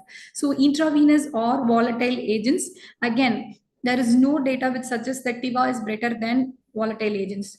All you have to do for these patients to survive and maintain well is maintain intraoperative hemodynamics. Like you do not allow the MAP to fall less than 70. Maintain at least 20% from their baseline. Do not allow excessive hypertension. Do not allow tachycardia. Treat anemia. Treat pain, prevent moderate hypothermia. All these which you would do otherwise in a coronary artery disease patient has to be done. And preoperative investigations will be pertaining to a specific group of patients, may it be doing a CBC, RFT, LFT, or an X-ray, ECG, echo, will all depend upon patient-to-patient basis. But here, because in India there is always a constraint regarding medico-legal aspects, we usually tend to do an ECG and echocardiography if it's not done in the past 3 months. If it is done in the past 3 months, again, if the effort tolerance or anything has changed in these past 3 months, we tend to repeat those investigations and get a cardiac risk stratification. We often see people doing PT-INR for a patient who is on clopidogrel. It will never reflect the actual scenario of how the platelet function is going to be. In order that you rule out other bleeding complications, you can do a PT-INR. But if you want to really look at clopidogrel's action, you have to do a platelet function assay and not PT-INR. And so monitoring can be, ASA standard of monitoring can be followed, and temperature, mild hypothermia has not shown any mortality or morbidity benefit, but moderate to severe hypothermia has to be curtailed. And monitoring the neuromuscular depth and depth of anesthesia is essential in patients undergoing intermediate and high-risk surgery.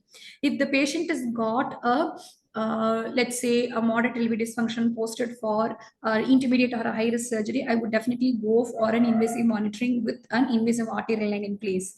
Pulmonary artery catheter, it's very rare nowadays to put, and any patient who's undergoing a complex surgery like liver transplant in a patient with multiple comorbid illness, then TE can help us evade the perioperative period in view of balancing the fluid balance. And these patients undergoing intermediate and high-risk surgery should get a goal-directed fluid therapy.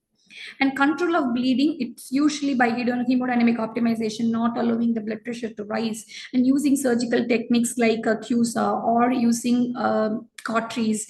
And tranexamic acid, you weigh the risk versus benefit. So there was a discussion even with the cardiac patients. So any stent which is placed acutely less than 3 months, I would still use it very, very conservatively. But when the PCI risk is not going to be excessively thrombotic, again, to mitigate the risk of bleeding, I would give a tranexamic acid. And platelet transfusion, if the patient is presenting to you in an emergency surgery, say for femur surgery, where you're anticipating the bleeding to be more, you have to give a platelet transfusion transfusion to mitigate the bleeding. So in such cases, you have to give only when the action of the particular drug has evaded its half-life. So if you are ever trying to give a platelet transfusion, you have to give it after 4 to 6 hours of clopidogrel last dosage and 10 hours after ticagrelor dosage. Else, whatever platelet you are going to give, it is again going to be acted upon by either of these agents, and again its action is going to be blocked. And pain management is one imperative thing which you should note, because pain is going to lead to tachycardia, and tachycardia is going to lead to decreased myocardial oxygen supply, and that is going to result in a major adverse cardiac event. Anyways, so multimodal analgesia and usage of regional blocks is very, very essential. And multimodals can be opioids, paracetamol, NSAIDs, or other analgesic agents, whichever is meaning for a pertaining surgery. And in AHA guidelines, they have mentioned a special, note on only epidural technique, wherein any technique which will need epidural technique can be given. And even for any patients with hip fractures, they have said even preoperatively you can give epidural. I am not sure regarding how epidural technique can be put in a patient who is already on clopidogrel. So that has to be kept in mind. If the patient is not on clopidogrel, very well you can do it, but with aspirin you can definitely do it, but with clopidogrel definitely no. So in the post-operative period, take care of pain while ambulating the patient. That is when the sympathetic drive will be high, and that is when they are more prone for cardiac events. So the risk of cardiac events is high in the first week, and more notoriously in the second to third post-operative day. That is when, with the drains, the patient will get from the bed and try to move. So the risk of MACE is highest in these periods. And any patient with the prior cardiovascular disease, may it be stent or CABG or any valvular heart disease, you have to have a high index for suspicion of MACE. And at-risk patients, you have to do a troponin surveillance. So hereafter, I'll discuss for a case scenario. This is a real case scenario which I'm seeing in my ICU right now. He was a 67-year-old gentleman who was diabetic and hypertensive. He presented to us on 3/11, 3rd November of this month, and his presentation ECG showed an ST segment elevation MI and inferior wall MI. So with hypotension he presented, and we had to give him a NORAD and optimize the volume, and we had done a PTCA to RCA on 4th November, on 3rd November only. He sustained a fall in ward on 6th November early morning, and he sustained a femur fracture. On going for a preoperative evaluation, we found that he was disoriented and restless. He was then shifted to ICU, optimized, and then when we took an MRI stroke protocol, we found this left-sided massive STH which is causing a midline shift. So here is the patient who was given PCI with drug-eluting stent on 3/11, and he had sustained this left side STH, and his sensorium was still falling. So we had no choice except to stop the heparin dual antiplatelets on the same day. And he was given heparin only 4 hours prior. We didn't have any time to optimize this patient perioperatively. He was taken on, consent was got for the stent thrombus and all that. Since because heparin was given only 4 hours prior, the surgeon discussed along with the neurologist to go for a burrow fixation, burrow drainage. Then we did a burrow drainage of the SDH, and subsequently he was there without aspirin, clopidogrel or heparin for 1.5 days as a whole. So the patient was becoming okay in the subsequent days, and we fixed the femur fracture as well in the interim period because he was already ventilated. And in the next one day, when he was electively ventilated for post-operatively, he remained drowsy, and since because the bleeding increased from the preoperative scans in the CT, we decided that we'll go for a decompressive craniotomy this time, and decompressive craniotomy was done on 9/11. And again, in view of him being persistently having low GCH, we had to do an MRI stroke protocol, which has shown this hyper intensity on DI diffusion weighted imaging. This is a sign of infarct which is there in the left parieto-occipital region. So in here, we had a patient who had undergone a PCI, presented to us on an emergency basis because of his bleed in the form of STH. We had done a burrow craniotomy in order that decompressive craniotomy will risk us more risk of bleeding because of interim heparinization and antiplatelet agents. He worsened on subsequent days in the form of bleeding only. Then later he presented to us with MACE, so with the form of stroke. So that is how these patients will usually tend to the course and evolve. At present, the patient is an AKI and he's got a refractory seizure because of the meningeal irritation. So we have not given platelet transfusion in this patient because the thrombotic risk of PCA was very, very high. And we thought the bleeding risk can be mitigated either by Burrow or decompressive craniotomy. We didn't want to risk the PCA to get thrombus. So we discussed with the cardiologist and we thought like we shall hold the platelet transfusion. And in him, we did give 1 dose of tranexamic acid and then we literally stopped giving any tranexamic acid from then. Later then he developed stroke. So this was a very high risk patient whom we anticipated that he will develop stroke and later he did. And Case 2 scenario is a 65 years old male who is known coronary artery disease. PTCA was done 2 years ago for a stable coronary artery disease and he was on dual antiplatelet agents. The effort tolerance was good. He presented to us for left open inguinal hernioplasty for a left inguinal hernia.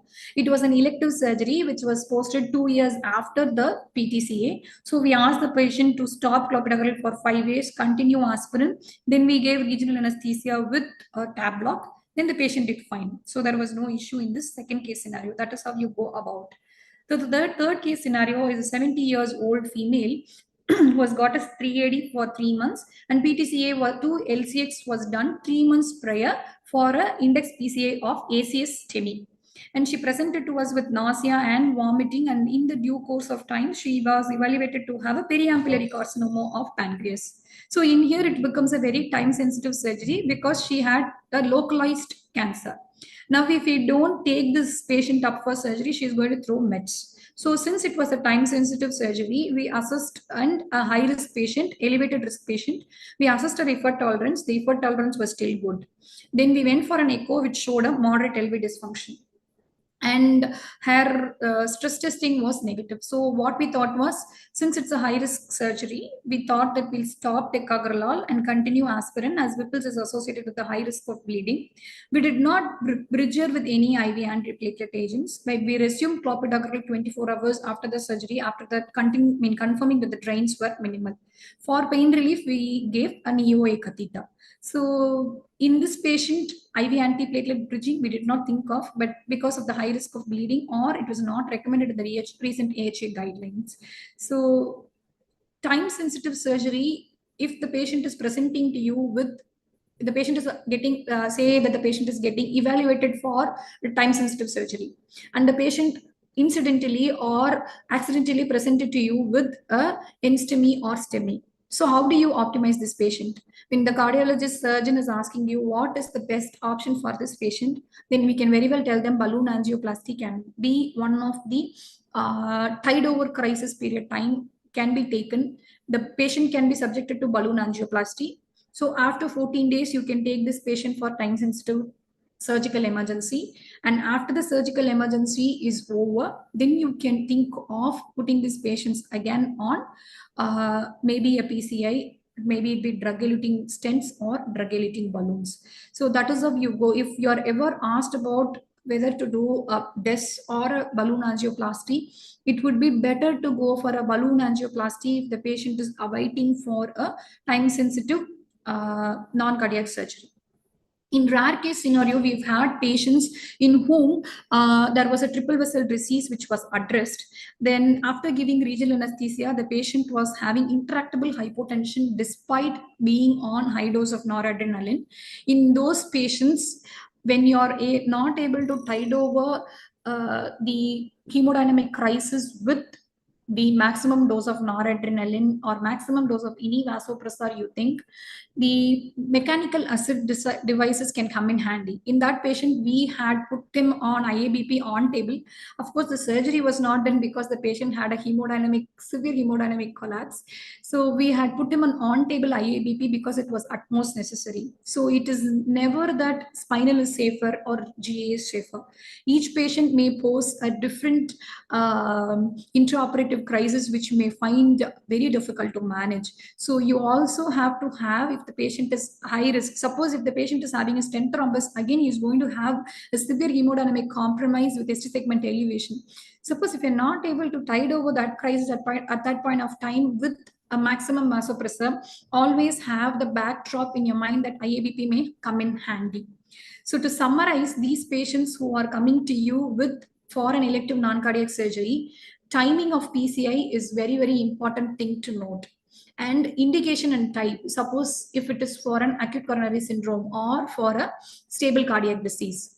And if it is a emergency surgery or elective surgery. In emergency surgery, you do not have time to optimize the bleeding risk, like stopping the antiplatelet agents or stopping heparin, which the patient may be on.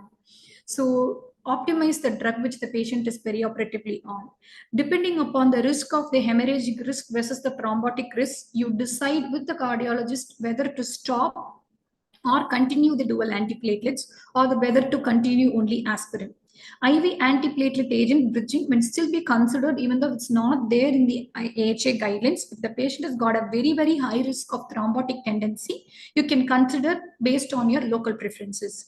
And perioperative optimization, it is not pre-op, intra-op or post-op. It is perioperative optimization that will lead to lesser incidences of MACE and may it be myocardial infarction, stroke or whatever. So you have to have a comprehensive plan of action for any cardiac patient who is posing for non-cardiac surgeries.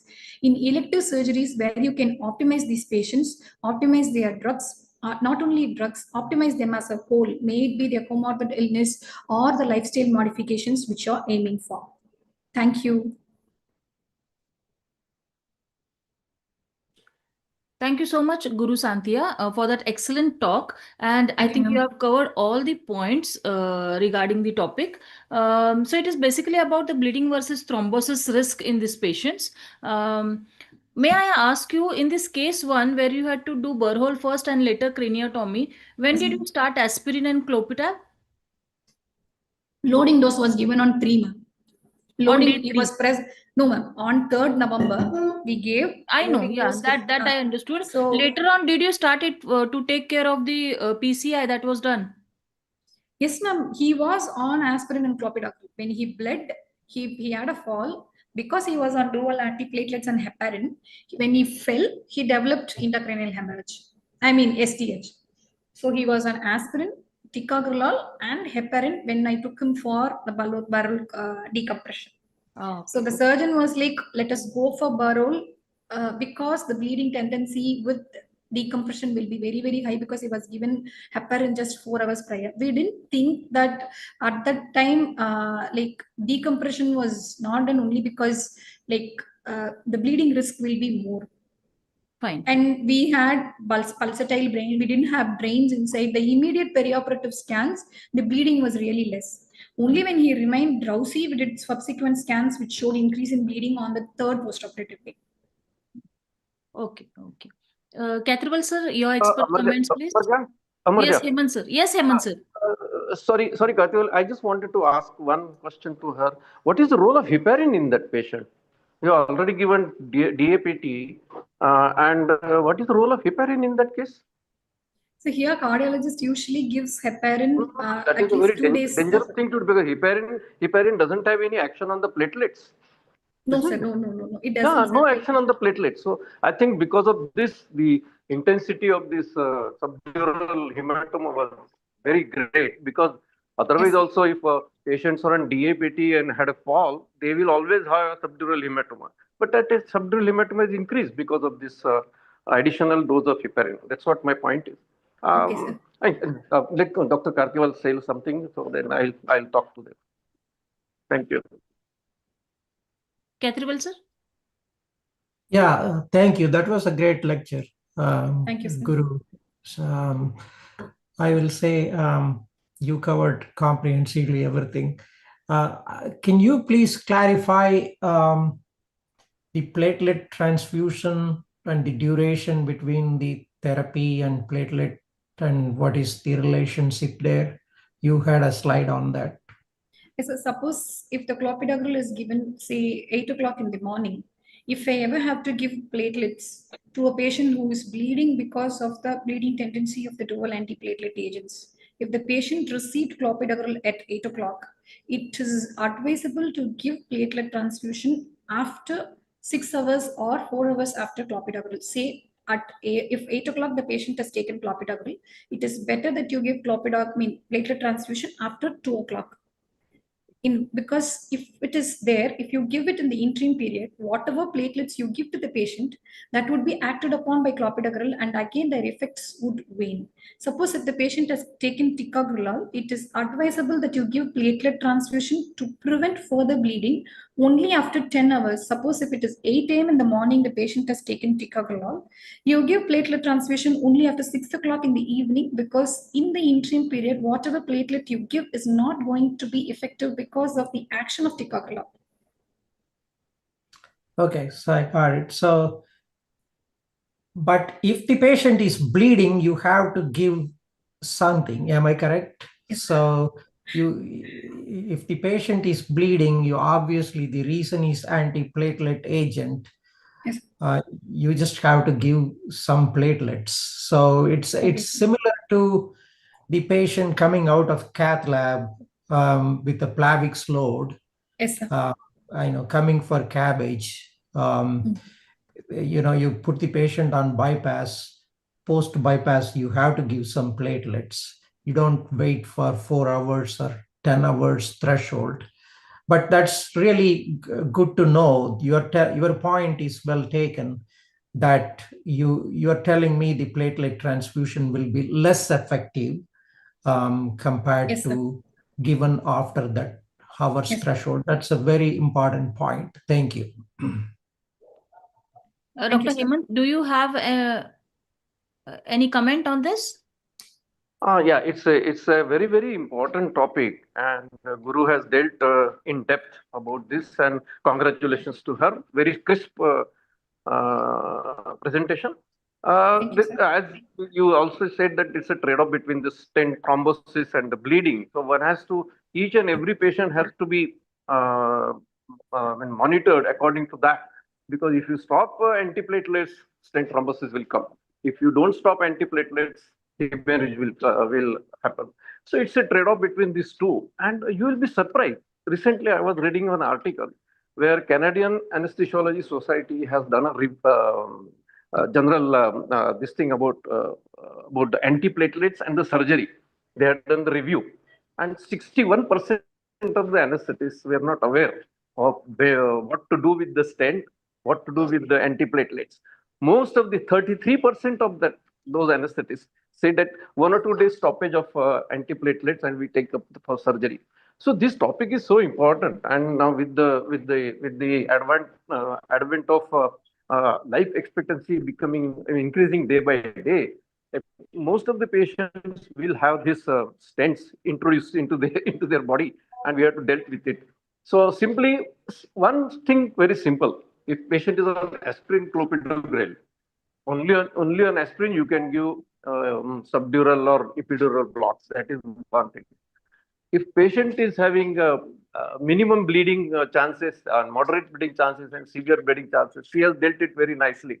When to stop and when to do, and bridging therapy also she has dealt it very beautifully. So it's a very good presentation and a very good topic for all of us to know.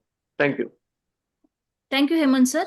Let us now move on quickly to our third topic, and this will be presented by Dr. Bhavya Dubey, and she is Associate Professor at Department of Plastic and Reconstructive Surgery, King George Medical University, Lucknow. She will talk on invasive blood pressure monitoring. Dr. Bhavya? Ma'am, can you see my screen? Yes. So, good afternoon, everyone. Thank you for this Screen sharing. opportunity. Please share your screen. Ma'am, I am sharing my screen. Just a minute. Start your PowerPoint. Wait. Mm.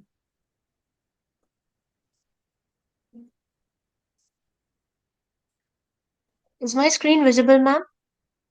You are visible. Okay. Sharing option is not coming.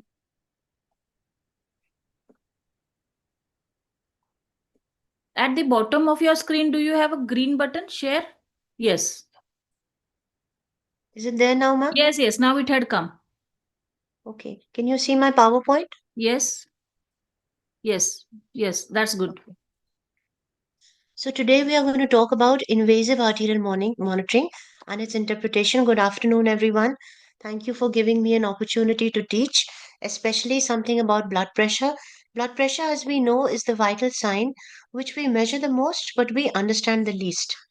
And it's actually very ironical, but the physiology is very beautiful. Since we are short of time, I will not dwell too much on the physiology, but definitely I will try to talk about the physical principles behind this device of invasive arterial monitoring that we use.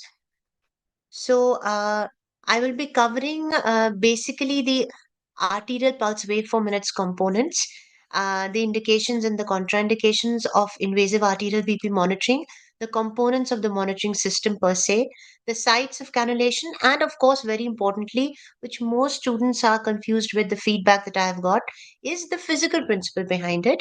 And then, of course, how do you connect the transducer to the catheter? What is the concept of resonance, damping, zeroing, etc.? So let's proceed. So the BP is divided into three main parts: the diastolic blood pressure, which is a consequence of the compliance and tone of the arterial vessels. This exists throughout the cardiac cycle, but it has the systolic impulse superimposed upon it, and it is measured as the lowest pressure during the cardiac cycle. And of course, it is the main driving force for our coronaries. Then we have the mean arterial pressure, which is the average pressure throughout the cardiac cycle, and it is a key determinant of organ perfusion pressure. It's around, this is the formula for it. Mean arterial pressure is diastolic blood pressure plus one third of the pulse pressure. And finally, we have the pulse pressure, which is the mathematical difference between the two. So, when we talk about our blood pressure management devices, we have non invasive devices and invasive devices. Today, I'm going to discuss invasive arterial BP monitoring. We also have central venous monitoring, we have a pulmonary artery catheter, and then we have now proceeded to minimally invasive and non invasive cardiac output monitoring, which is an entirely different subject in itself. We all know this beautiful arterial tree in which we see what are the factors which determine our myocardial performance. That is, the blood pressure is affected by the SVR and the cardiac output in turn by the heart rate and the stroke volume. The stroke volume in turn is affected by the end diastolic volume and the end systolic volume, and that is affected by the preload and the afterload. So, this is all a very intricate mechanism, as you can see, where complex systems are working together. And to understand the pressures in the heart, the one question I think you must ask yourselves is that when the ventricle contracts intermittently, how is it that there is a forward flow in the arteries? So there is a intermittent contraction of the ventricles, but there is a continuous forward flow in the aorta and the arteries thereafter. So how does this happen? This happens because of the ability of the arteries to accommodate the entire volume which has been ejected by the left ventricle instantaneously. In terms of the compliance, see, the aorta is a very stretchable and a compliant vessel. So it accommodates the entire volume of the left ventricle, it stretches, and then it stores that energy as passive recoil.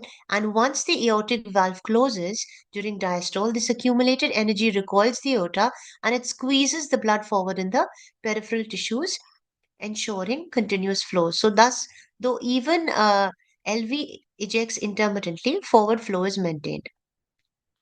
So, arteries thus behave as a wind castle or hydraulic filter.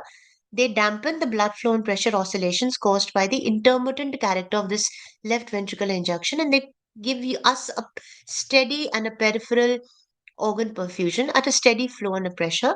So, under normal conditions, 10% of the energy diverted for the distension in the arteries is accumulated in all these vessel walls.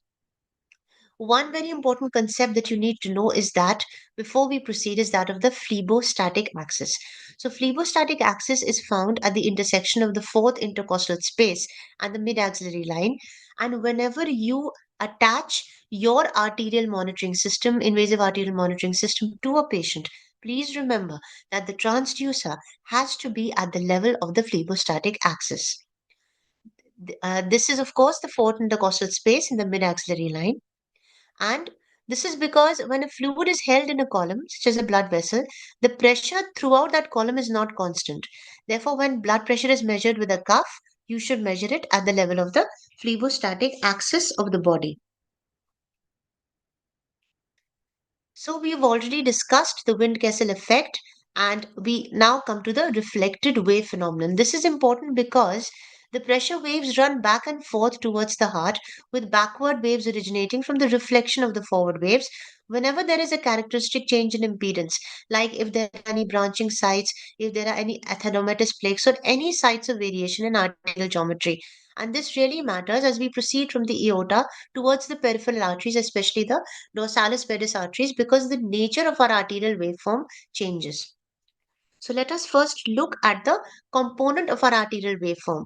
So this first part is an anacrotic limb, the initial upstroke. This occurs when the blood is rapidly ejected from the left ventricle into the aorta. Then this point is the systolic peak, that is the highest point of the waveform, and is the highest blood pressure. Now, once this contraction is over, then the ventricle begins to relax. And as we know, when the left ventricular pressure falls below the aortic pressure, then the aortic valve, uh, uh, this is the highest point of the systolic peak, and then this was our anacrotic limb, this is our dicrotic limb. So as blood continues into the peripheral vessels, the arterial pressure falls and the waveform begins a downward trend, and it keeps falling until the pressure in the ventricle is less than the pressure in the aorta. And when this happens, then the aortic valve closes, and this is shown as a dicrotic notch over here, right? So it's very easy to understand the waveform. We have an anacrotic limb, we have a systolic peak, we have a dicrotic limb. Here the ventricular relaxation starts, and finally here when the aortic valve closes, we have the dicrotic notch, and this is the point of end diastole. So proceeding further, we must remember that what we have to remember basically is that as we move from the central to the peripheral circulation, the taller the systolic peak, as you can see, the further is the dicrotic notch, and the lower is the end diastolic pressure, and the later is the arrival of the pulse. So this is called as distal systolic pulse amplification. And this is because of the reflected wave phenomenon that I described earlier. But an interesting point to note here is that the mean arterial pressure doesn't change. So what are the indications of invasive arterial BP monitoring? We use it when a patient has a very labile pulse pressure. In the ICU, we invariably use this device because the patients are hemodynamically unstable. We use it in long major surgeries. We use it where the patient is on multiple vasoactive drugs. And for example, if the patient is having arrhythmias, or if there is a morbidly obese patient and where non invasive blood pressure monitoring we know is inaccurate or unreliable, that is when we use this invasive arterial monitoring. The contraindications absolute are if you have an abnormal Allen's test, which I will tell you subsequently how we do the Allen's test. If there is any local infection, thrombus, or any distorted anatomy, any severe peripheral vascular disease, or Raynaud's syndrome. Relative contraindications are low platelet counts, infusion of thrombolytic agents, and supratherapeutic coagulopathy. The most common sites that are used peripherally are the radial, and centrally are the femoral. Brachial and dorsalis pedis are hardly used. Sometimes dorsalis pedis is cannulated in uh, some surgeries, few surgeries, but and femoral we use for a central monitoring device. So how do we how do we prepare the patient? First, we have to take the consent of the patient. That is very important. Then you have to check the collateral blood flow, which we do by the Allen's or the modified Allen's test. And finally, we position the patient and proceed. So, what is the modified Allen's test? It's very simple. You ask the patient to make a fist, and you locate and apply occlusive pressure to both the radial and the ulnar arteries. Now, an interesting thing you should note is that although the ulnar artery is bigger than the radial artery, mostly the radial artery is cannulated, and that is because the radial artery has a more predictable course than the ulnar artery. So that is why it is invariably cannulated. So what we do is that you apply the occlusive pressure, have the patient open their hand until it blanches, and once the whitish appearance in the hand appears, you keep the radial artery occluded and release pressure on the ulnar artery. So when you do that, you will see that the hand will flush between 5 to 15 seconds. If this happens, then this test is positive. Allen's test is also like modified Allen's test, but here you repeat the steps twice. So once you release the pressure on the radial artery and measure the patency there, and next you should release the pressure on the ulnar artery, and occlusion should be maintained in either artery. Now we come to the physical principles of invasive arterial monitoring device, and for that I have broken down the entire device into four parts. So what are we going to do here? As in any device which we use, we have a biological variable. Here it is the arterial blood pressure which is measured invasively. Then we have a sensor. Here we have the intraarterial cannula, which is the sensor, which is connected to the fluid filled monitoring system. Then we have an integrator or a transducer.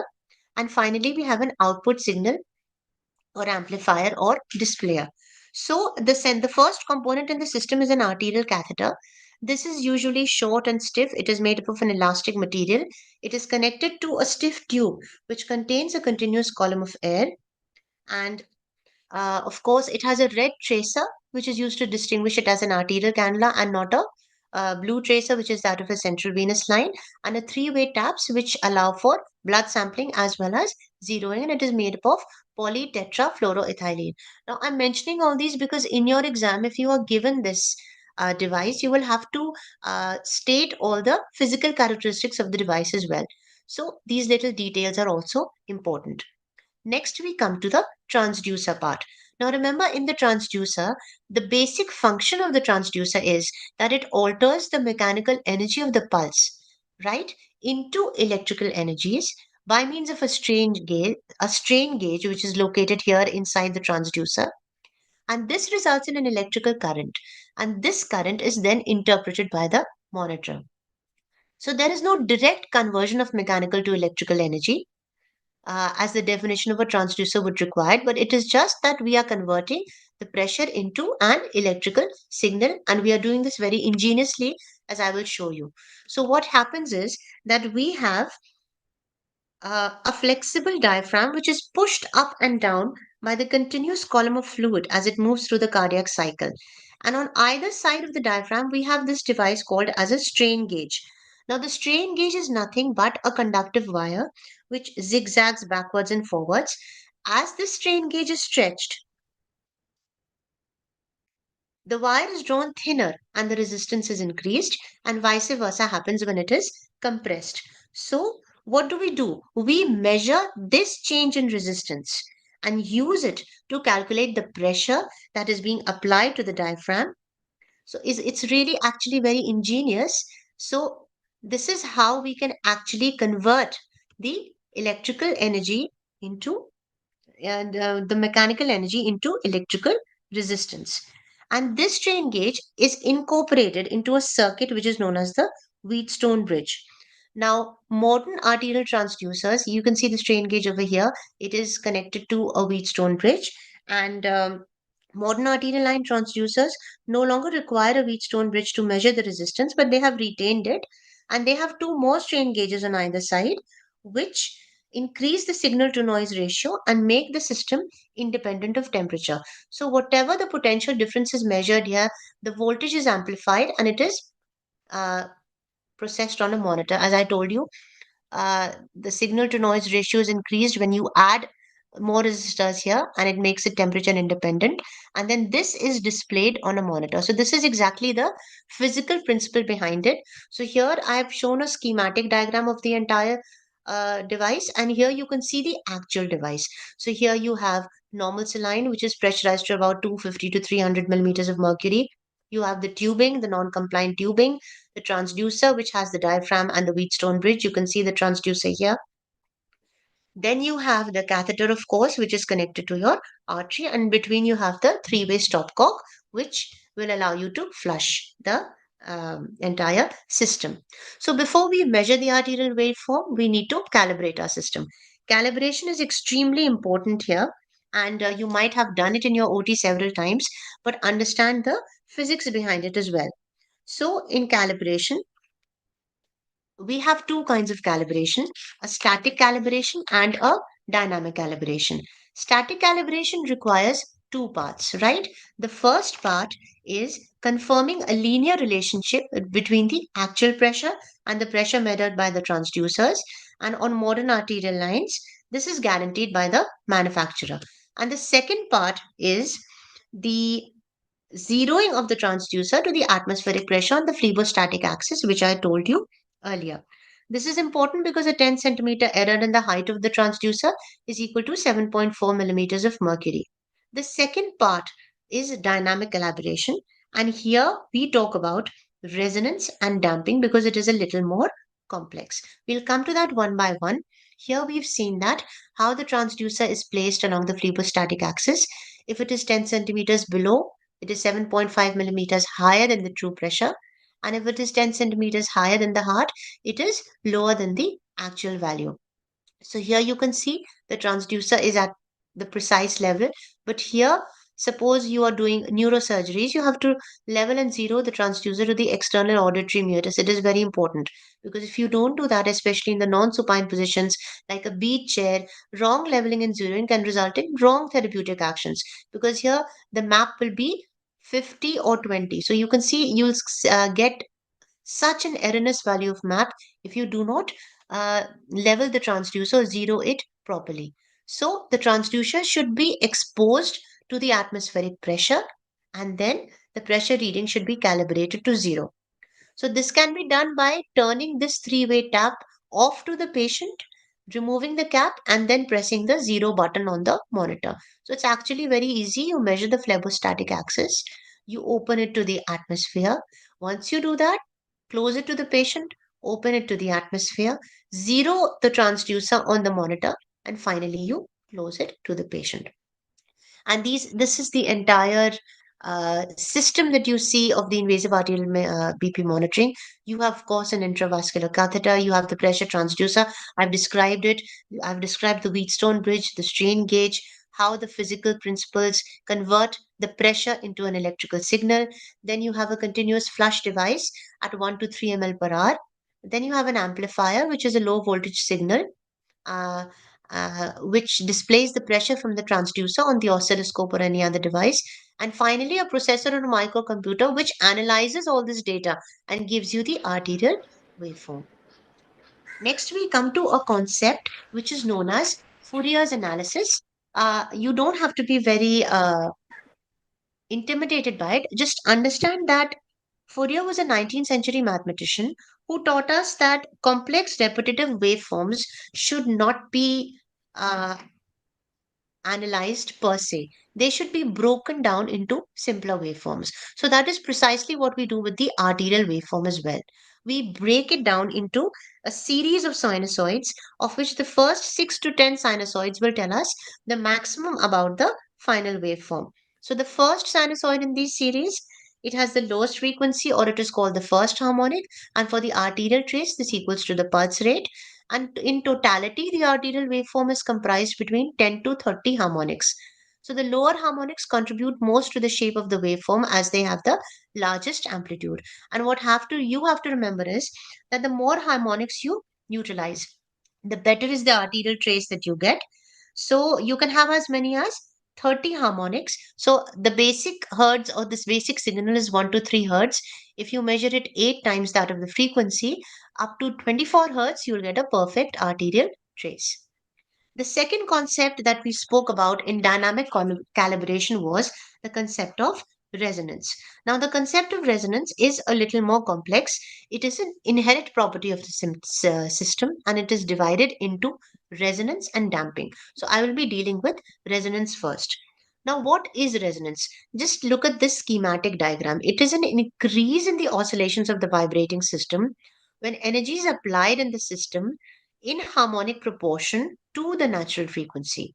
So the natural frequency of the device is higher than the frequency of the measured pressure waveform, its fundamental and harmonic waveforms. So at 60 beats per minute, it is equal to 1 hertz. At 180 beats per minute, it is equal to 3 hertz. But uh, the easiest way to think about it is like we don't want our arterial line system to naturally vibrate at a frequency that is equal to the heart rate because then there will be a lot of interference. So we take 8 times or 8 harmonics above the frequency, and it has to be at least as high as 24 hertz. And this depends on various things.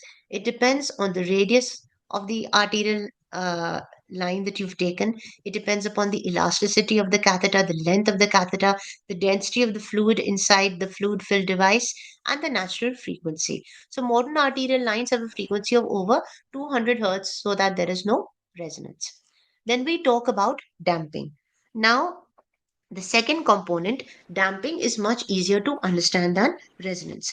Now, what is damping? Damping is just a loss in the energy of a system which reduces the amplitude of oscillations. So, whenever there is fluid, there are various frictional forces inside the arterial line system, and that will obviously reduce the amplitude of oscillation. You can understand this better by imagining dropping a ball. Now, once you bounce a ball, it never comes back to the same height with each subsequent bounce. And this is due to a loss of energy in the system. Similarly, in the arterial line system, there is some damping in the system due to this friction of fluid inside the system. And this is actually a good thing because the arterial line is ready to measure the next heartbeat. So, once we talk about damping, we also talk about the damping coefficient. This numerically represents the amount of damping that is present in the system. It involves a lot of fancy maths, but all you have to remember is that in the damping coefficient, if you get it in your MCQs, if it is 0, there is no damping. If it is less than zero point 0.6, right, if it is equal to zero point 0.6, it is optimally damped. If it is less than zero point 0.6, then the systolic BP is overestimated and the diastolic BP is underestimated. And if it is more than 1, then the systolic BP is underestimated and the diastolic is overestimated. I'll explain it subsequently. Once, just understand, to summarize, that the physical determinants were the mass of the fluid within the system, the elasticity of the tubing walls, and the friction. And about the quantitative descriptors, we had the natural frequency, that is the oscillation frequency of the pressure pulses within the systems, and the rate at which the oscillating waveforms were decaying over of time, or the damping coefficient, depending on the catheter length. So for that, we have to use the shortest catheter length, the internal radius. The larger radius decreases the damping coefficient, so we need wider catheters. So wider catheters are more prone to underdamping. And then, of course, the system components, which all alter friction characteristics. So you have to minimize the modifications to manufacture designed transducer kits. So before we talk about damping, we have to do the fast flush test. In this fast flush test, what we do is that normally 1 to 3 ml per hour of fluid is going into the device continuously. But here we flush the system to around 30 ml. And this activates the flush device and generates a square waveform on the monitor. So what you have to do is to count the oscillations after the square waveform. In an optimally damped system, you will see 1 or 2 oscillations and then it will return to its normal arterial tracing. In an underdamped system, there will be more than 2. And in an overdamped system, you might see no oscillations. So whenever you see this, you check or remove any air bubbles, clots, or additional length of tubings or three-way traps, excuse me. So let's look at an underdamped waveform here. So underdamping occurs when there is insufficient friction, which allows excessive oscillations within the measurement system, and this results in systematic distortion. So what happens to the systolic pressure? It is exaggerated. So here you can see the normal waveform, and here you can see the overestimated systolic pressure overshoot, right? What happens to the diastolic pressure here? The diastolic pressure is underestimated. The nadir is artificially lowered, and this also leads to hemodynamic misinterpretation. So this is due to excessively stiff non-compliant tubing or defective transducers, which lead to these underdamping artifacts. Then when we see overdamping, overdamping occurs when excessive friction suppresses oscillations, producing a flattened waveform that fundamentally misinterprets arterial pressure dynamics. So you can see here an overdamped arterial pressure waveform, and here the systolic BP, exact opposite of what was happening in underdamping. The systolic BP is underestimated, the diastolic BP is overestimated here, and there is a slurred upstroke reflecting a delayed pressure transmission, and sometimes you do not even see the digrotic notch, a general loss of waveform detail. So the common etiologies of overdamping are that maybe there are air bubbles, there are clots, there are loose stopcocks, the catheter may be kinked, there may be a kind of positional obstruction.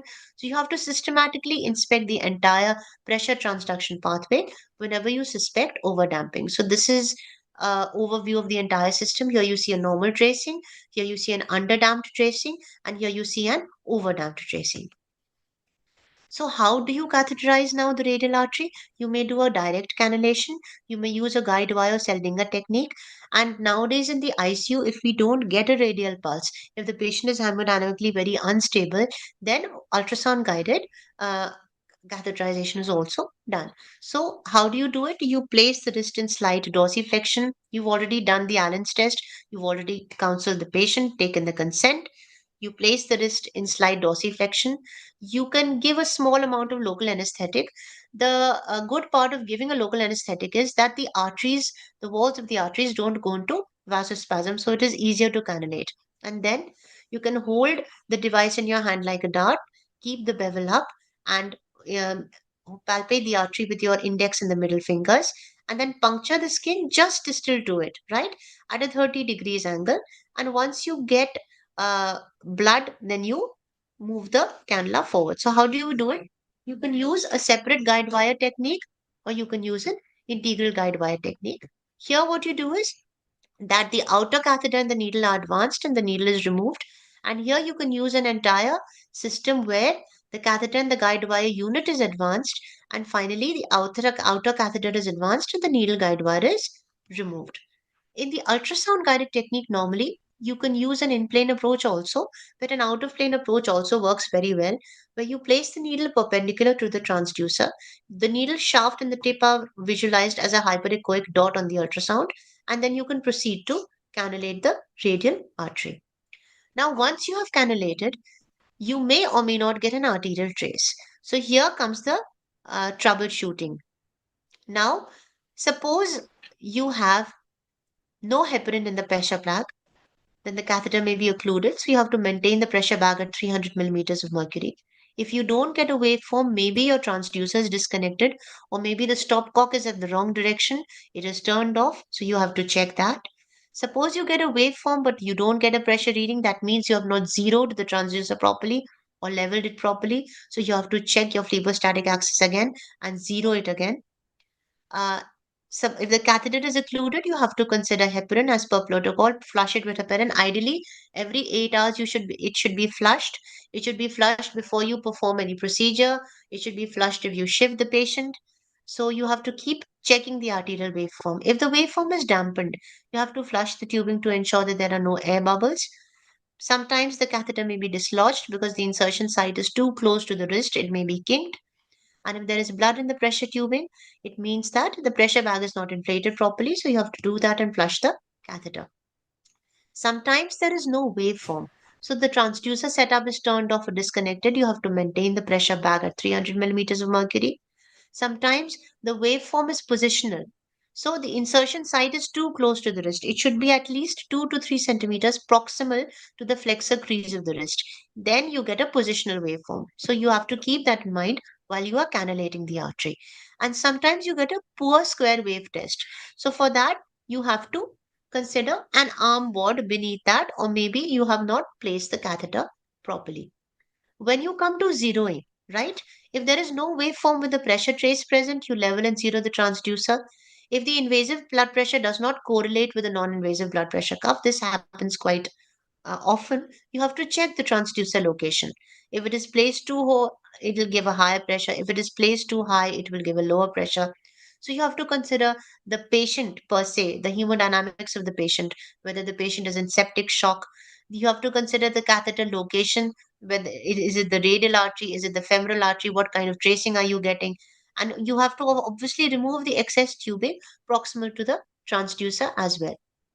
So, in order to recapitulate, this is the arterial waveform, this is the digrotic notch. The upstroke gives you the myocardial contractility. The stroke volume is estimated by measuring the area under the graph up to the digrotic notch. And the mean arterial pressure is the entire area under this graph. So, I hope this gave you some clarity about this very common and very important topic of invasive arterial BP monitoring.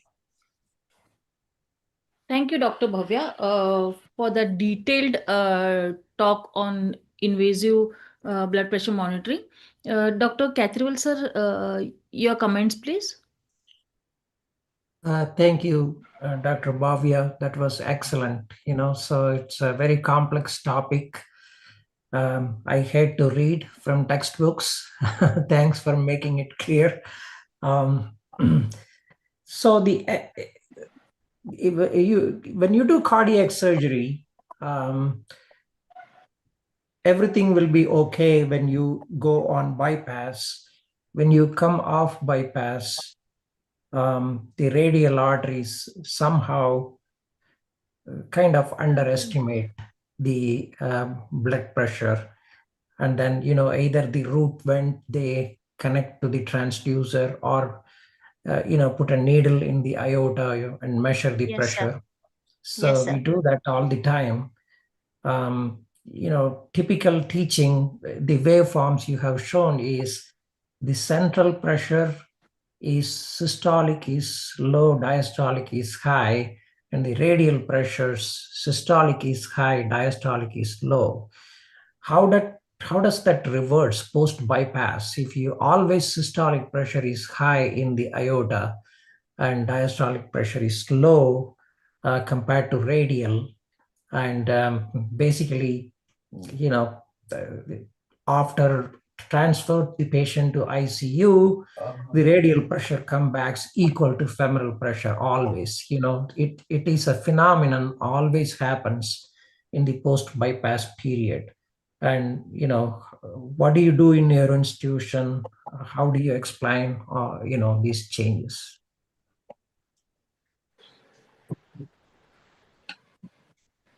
Sir, actually, you're not audible. I can't hear you. I'm sorry, I didn't hear your question properly. Oh, sorry, can you hear me? There was some issue from my side. Okay, can you hear me now? Yes, sir. Yes, sir. Okay, sorry. I think the question is, we always have, when you come off bypass, your radial pressures are always, after a long bypass, or, some cases, radial pressure doesn't give a reliable measurements. So either the surgeon put a needle in the aorta or connects one of the root catheters to the, transducer to give us a central aortic pressure.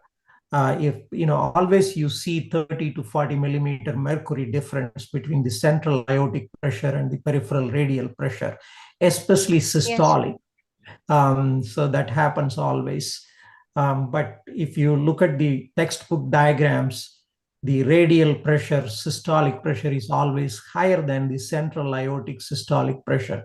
That's what your diagram shows, isn't it? So how does Yes, this sir. phenomenon reverses post bypass? Sir, the radial pressure, I believe, can be higher after bypass surgery because there are several mechanisms contributing to that. Sometimes the graft may have, there may be a vasospasm. So the radial artery graft may constrict, or there may be a spasm in that graft.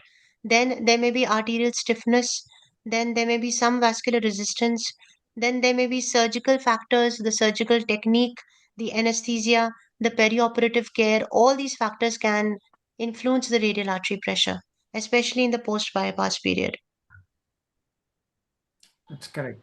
So it's really hard to explain the complex interplay of factors, which makes radial arteries sometimes unreliable. It's really kind of dangerous because you may be over treating when you come off bypass. The blood pressure may be normal, but you are giving phenylephrine and other drugs to Yes, sir. treat. So Actually, it's sir, all, the most beautiful part about it is that it varies with patient. No two patients are the same. So you yeah. can't have a protocol for it. You have to just keep observing the patient and you have to know your physics behind it and the hemodynamics behind it very well to make a clinical decision at that point of time. Absolutely. I mean, I have found radial arteries reliable in many patients. It's similar to central aortic pressure, but some patients it's 40 millimeter difference. You know what I mean? So it's absolutely interpersonal difference is important, and also I think Especially, Mhm. sir, Go ahead. especially in atherosclerotic patients, I think it is more, the difference is wider. Excellent. So, I mean, in Cleveland Clinic, where I did my fellowship, all patients get brachial outlines. Do you know the? I mean, we found the complication rate is overrated in the textbooks from brachial arterial pressure. We put almost like a 18 gauge catheter in the brachial artery. The artery is, size is good enough to accommodate without causing thrombosis. You know what I mean? Yes, Though sir. it's Yes, sir. considered as an end artery, Yes, so sir. the complication rate is not higher than the radial arterial pressure. But at the same time, post bypass period, it will give a little higher pressure compared to radial artery pressure. So we Yes, sir. found brachial arteries are more, femoral arteries are a little more atherosclerotic, high infection risk. So, brachial may be a good alternative. Without hesitating, you can put that arterial blood pressure in cardiac surgery patients. And so there are several studies corroborating what you are saying. So now this is evidence-based also that the brachial artery does not have as many complications as feared.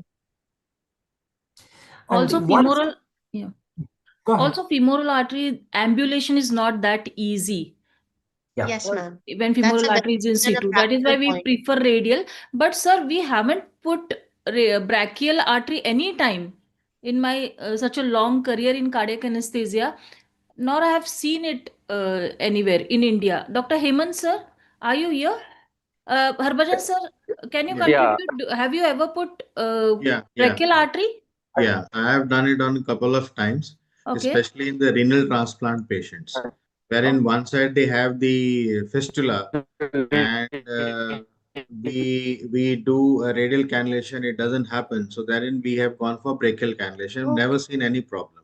Okay. Kathirwal sir, is this technique same as that of radial artery? Yeah. I mean, in US, we use ultrasound for everyone. Yes. Yes, With ultrasound, it's very easy shot. It's easier than radial arterial lines Right. because obviously it's a bigger artery. You use a Seldinger techniques. You put a wire in a long 18 gauge catheter. So 18 or 20. Actually, we use 20. So for brachial. So okay. it's very safe. It's very easy to cannulate. It's very safe. It's very reliable post bypass period. So I think there is, the hesitation from people I know. thinking, it is higher So complication, but it's definitely, really if not. there are any articles published on this, we can share in the group, and I'll also try to manage patients if I get on radial artery. Yes. I think Hemant sir is there online. Yeah. yeah. Hemant sir, have you ever tried brachial No, artery cannulation? actually, I will tell you an anecdote about this. I have never tried, and I don't want No. to try it. Okay, why? Fortunate, because when I was an additional professor of anesthesia in Sri Chitra, I was Mm-hmm. sent by hospital to another So we can't private hear you hospital properly. in There Cochin is a network as issue an from my expert side. comment, expert opinion about the. Hello, can you hear me? Hello, Yes, sir. Yes, sir. Yes. can you hear? Yes, now we Can can you hear hear? you, sir. No, what I was telling that I will not use it because I was deputed from Sri Chitra Institute to another private hospital where patient had developed gangrene following brachial artery cannulation, and Okay. somehow we, I mean, the stories. So somehow we have to protect those people from the lawsuit and all. I So after seeing that particular patient, I never put it. I mean, I have not put it brachial artery at all. So right. coming back to Dr. Kartival's point, we have a protocol. We always have a femoral artery in place for open heart surgery and radial artery. So when before we come up bypass, we change it to femoral artery and change it to radial artery and see the pressure. Is there any difference? Within half an hour or something after post bypass, both pressures will be same. But as he said earlier, radial artery pressure will be always low, especially in patients, pediatric patients. Pediatric patients, I don't monitor radial artery at all. I put only femoral artery. Femoral artery pressures are monitored only in pediatric patients. So radial artery is not something. Above that, I use a radial artery. But especially while coming up bypass, there is always gives the problem of low pressures. And if you have any doubt, you just put stick a needle into the aorta and see the pressures. That is one thing. And second thing is that about the complex, I have read about the brachial artery cannulation, but I am really afraid of that. So that is one thing. A good presentation. She has covered most of the important topics, including the technical aspect of the monitoring of the arterial pressure. Because to cannulate the artery and connecting to the transducer is not the only purpose. Your instruments and everything should be in perfect way, so that we can get an actual good readings of the and accurate readings of the radial artery or femoral artery pressures. So thank you very much for your excellent presentation, Bhavya. One last question to Dr. Kathirwal sir. Sir, have you any time encountered complications of brachial artery cannulation? No, that's as I told you, that's very safe. Because we don't have any Allen's test like thing for brachial artery, I think. No, it's not. Oh. You're right. There is a paper published. I can search. Yes. We will discuss about that in the group. So let's wind up today. We had excellent session, and I should congratulate. Yes, sir. Yes. One more point. I think as a safety measure, we adapted doing every outline using ultrasound. Yes. Nowadays, we also have ultrasound, and many anesthesiologists, they do it. So that is one thing we can keep in mind and proceed. Absolutely. So let's wind up, sir. And thanks a lot, all the three speakers, Dr. Harbhajan, Dr. Guru Sandhya, and Dr. Bhavya. Ma'am, just one point I'd like to add. It is mentioned in the literature that since if you're using ultrasound, Allen's test is not really necessary. Yes. Because you can see through the ultrasound in the in-plane technique, you can just examine the entire artery through its entire course, and you can see if there is any problem in the artery. Okay, nice. Okay. That point is well taken, Dr. Bhavya. And let me thank all the three speakers, Dr. Harbhajan, Dr. Guru Sandhya, and Dr. Bhavya. And our moderators, Dr. Kathirwal sir, who is joining us. One practical point. Yes, sir. I'll come to you. Let me just thank, and then we'll end up with your sentence only. Yeah. And thank you. let me thank our moderators, Dr. Kathirwal sir, for joining us at midnight. In I think in US it is like 3 a.m. or 4 a.m. by now. And Dr. Hemant sir, he has joined us while working in OT. So thank you everybody, and let us end the session with Dr. Hemant sir, some points that we should know. Yes, sir, Hemant sir. Yeah. Just thank you very much, and I'm sorry I interrupted you. I don't. No worries. I could not get it properly. Sorry about it. Because I'm more worried about the practical points in which you will always cannulate the left radial artery. That is because if the patient needs an IABP, and if you don't have TOE or anything with you, then left radial artery will be a choice. Because when you balloon, you put it in, you see that left radial artery waveform disappear. Yeah, and then you slowly pull down, and then you see that left radial artery waveform appears again. This is just to avoid the common carotid artery, common carotid artery occlusion if it is too high, and also the renal arteries which are way down. So your balloon size should be proper, and your left radial artery can serve as a landmark. He says landmark. And the only problem is that nowadays radial graft is taken, so we have abandoned that procedure and we go for right radial artery, which is already punctured by the cardiologist, and we do all the last 10 years we do everything under ultrasound cannulations.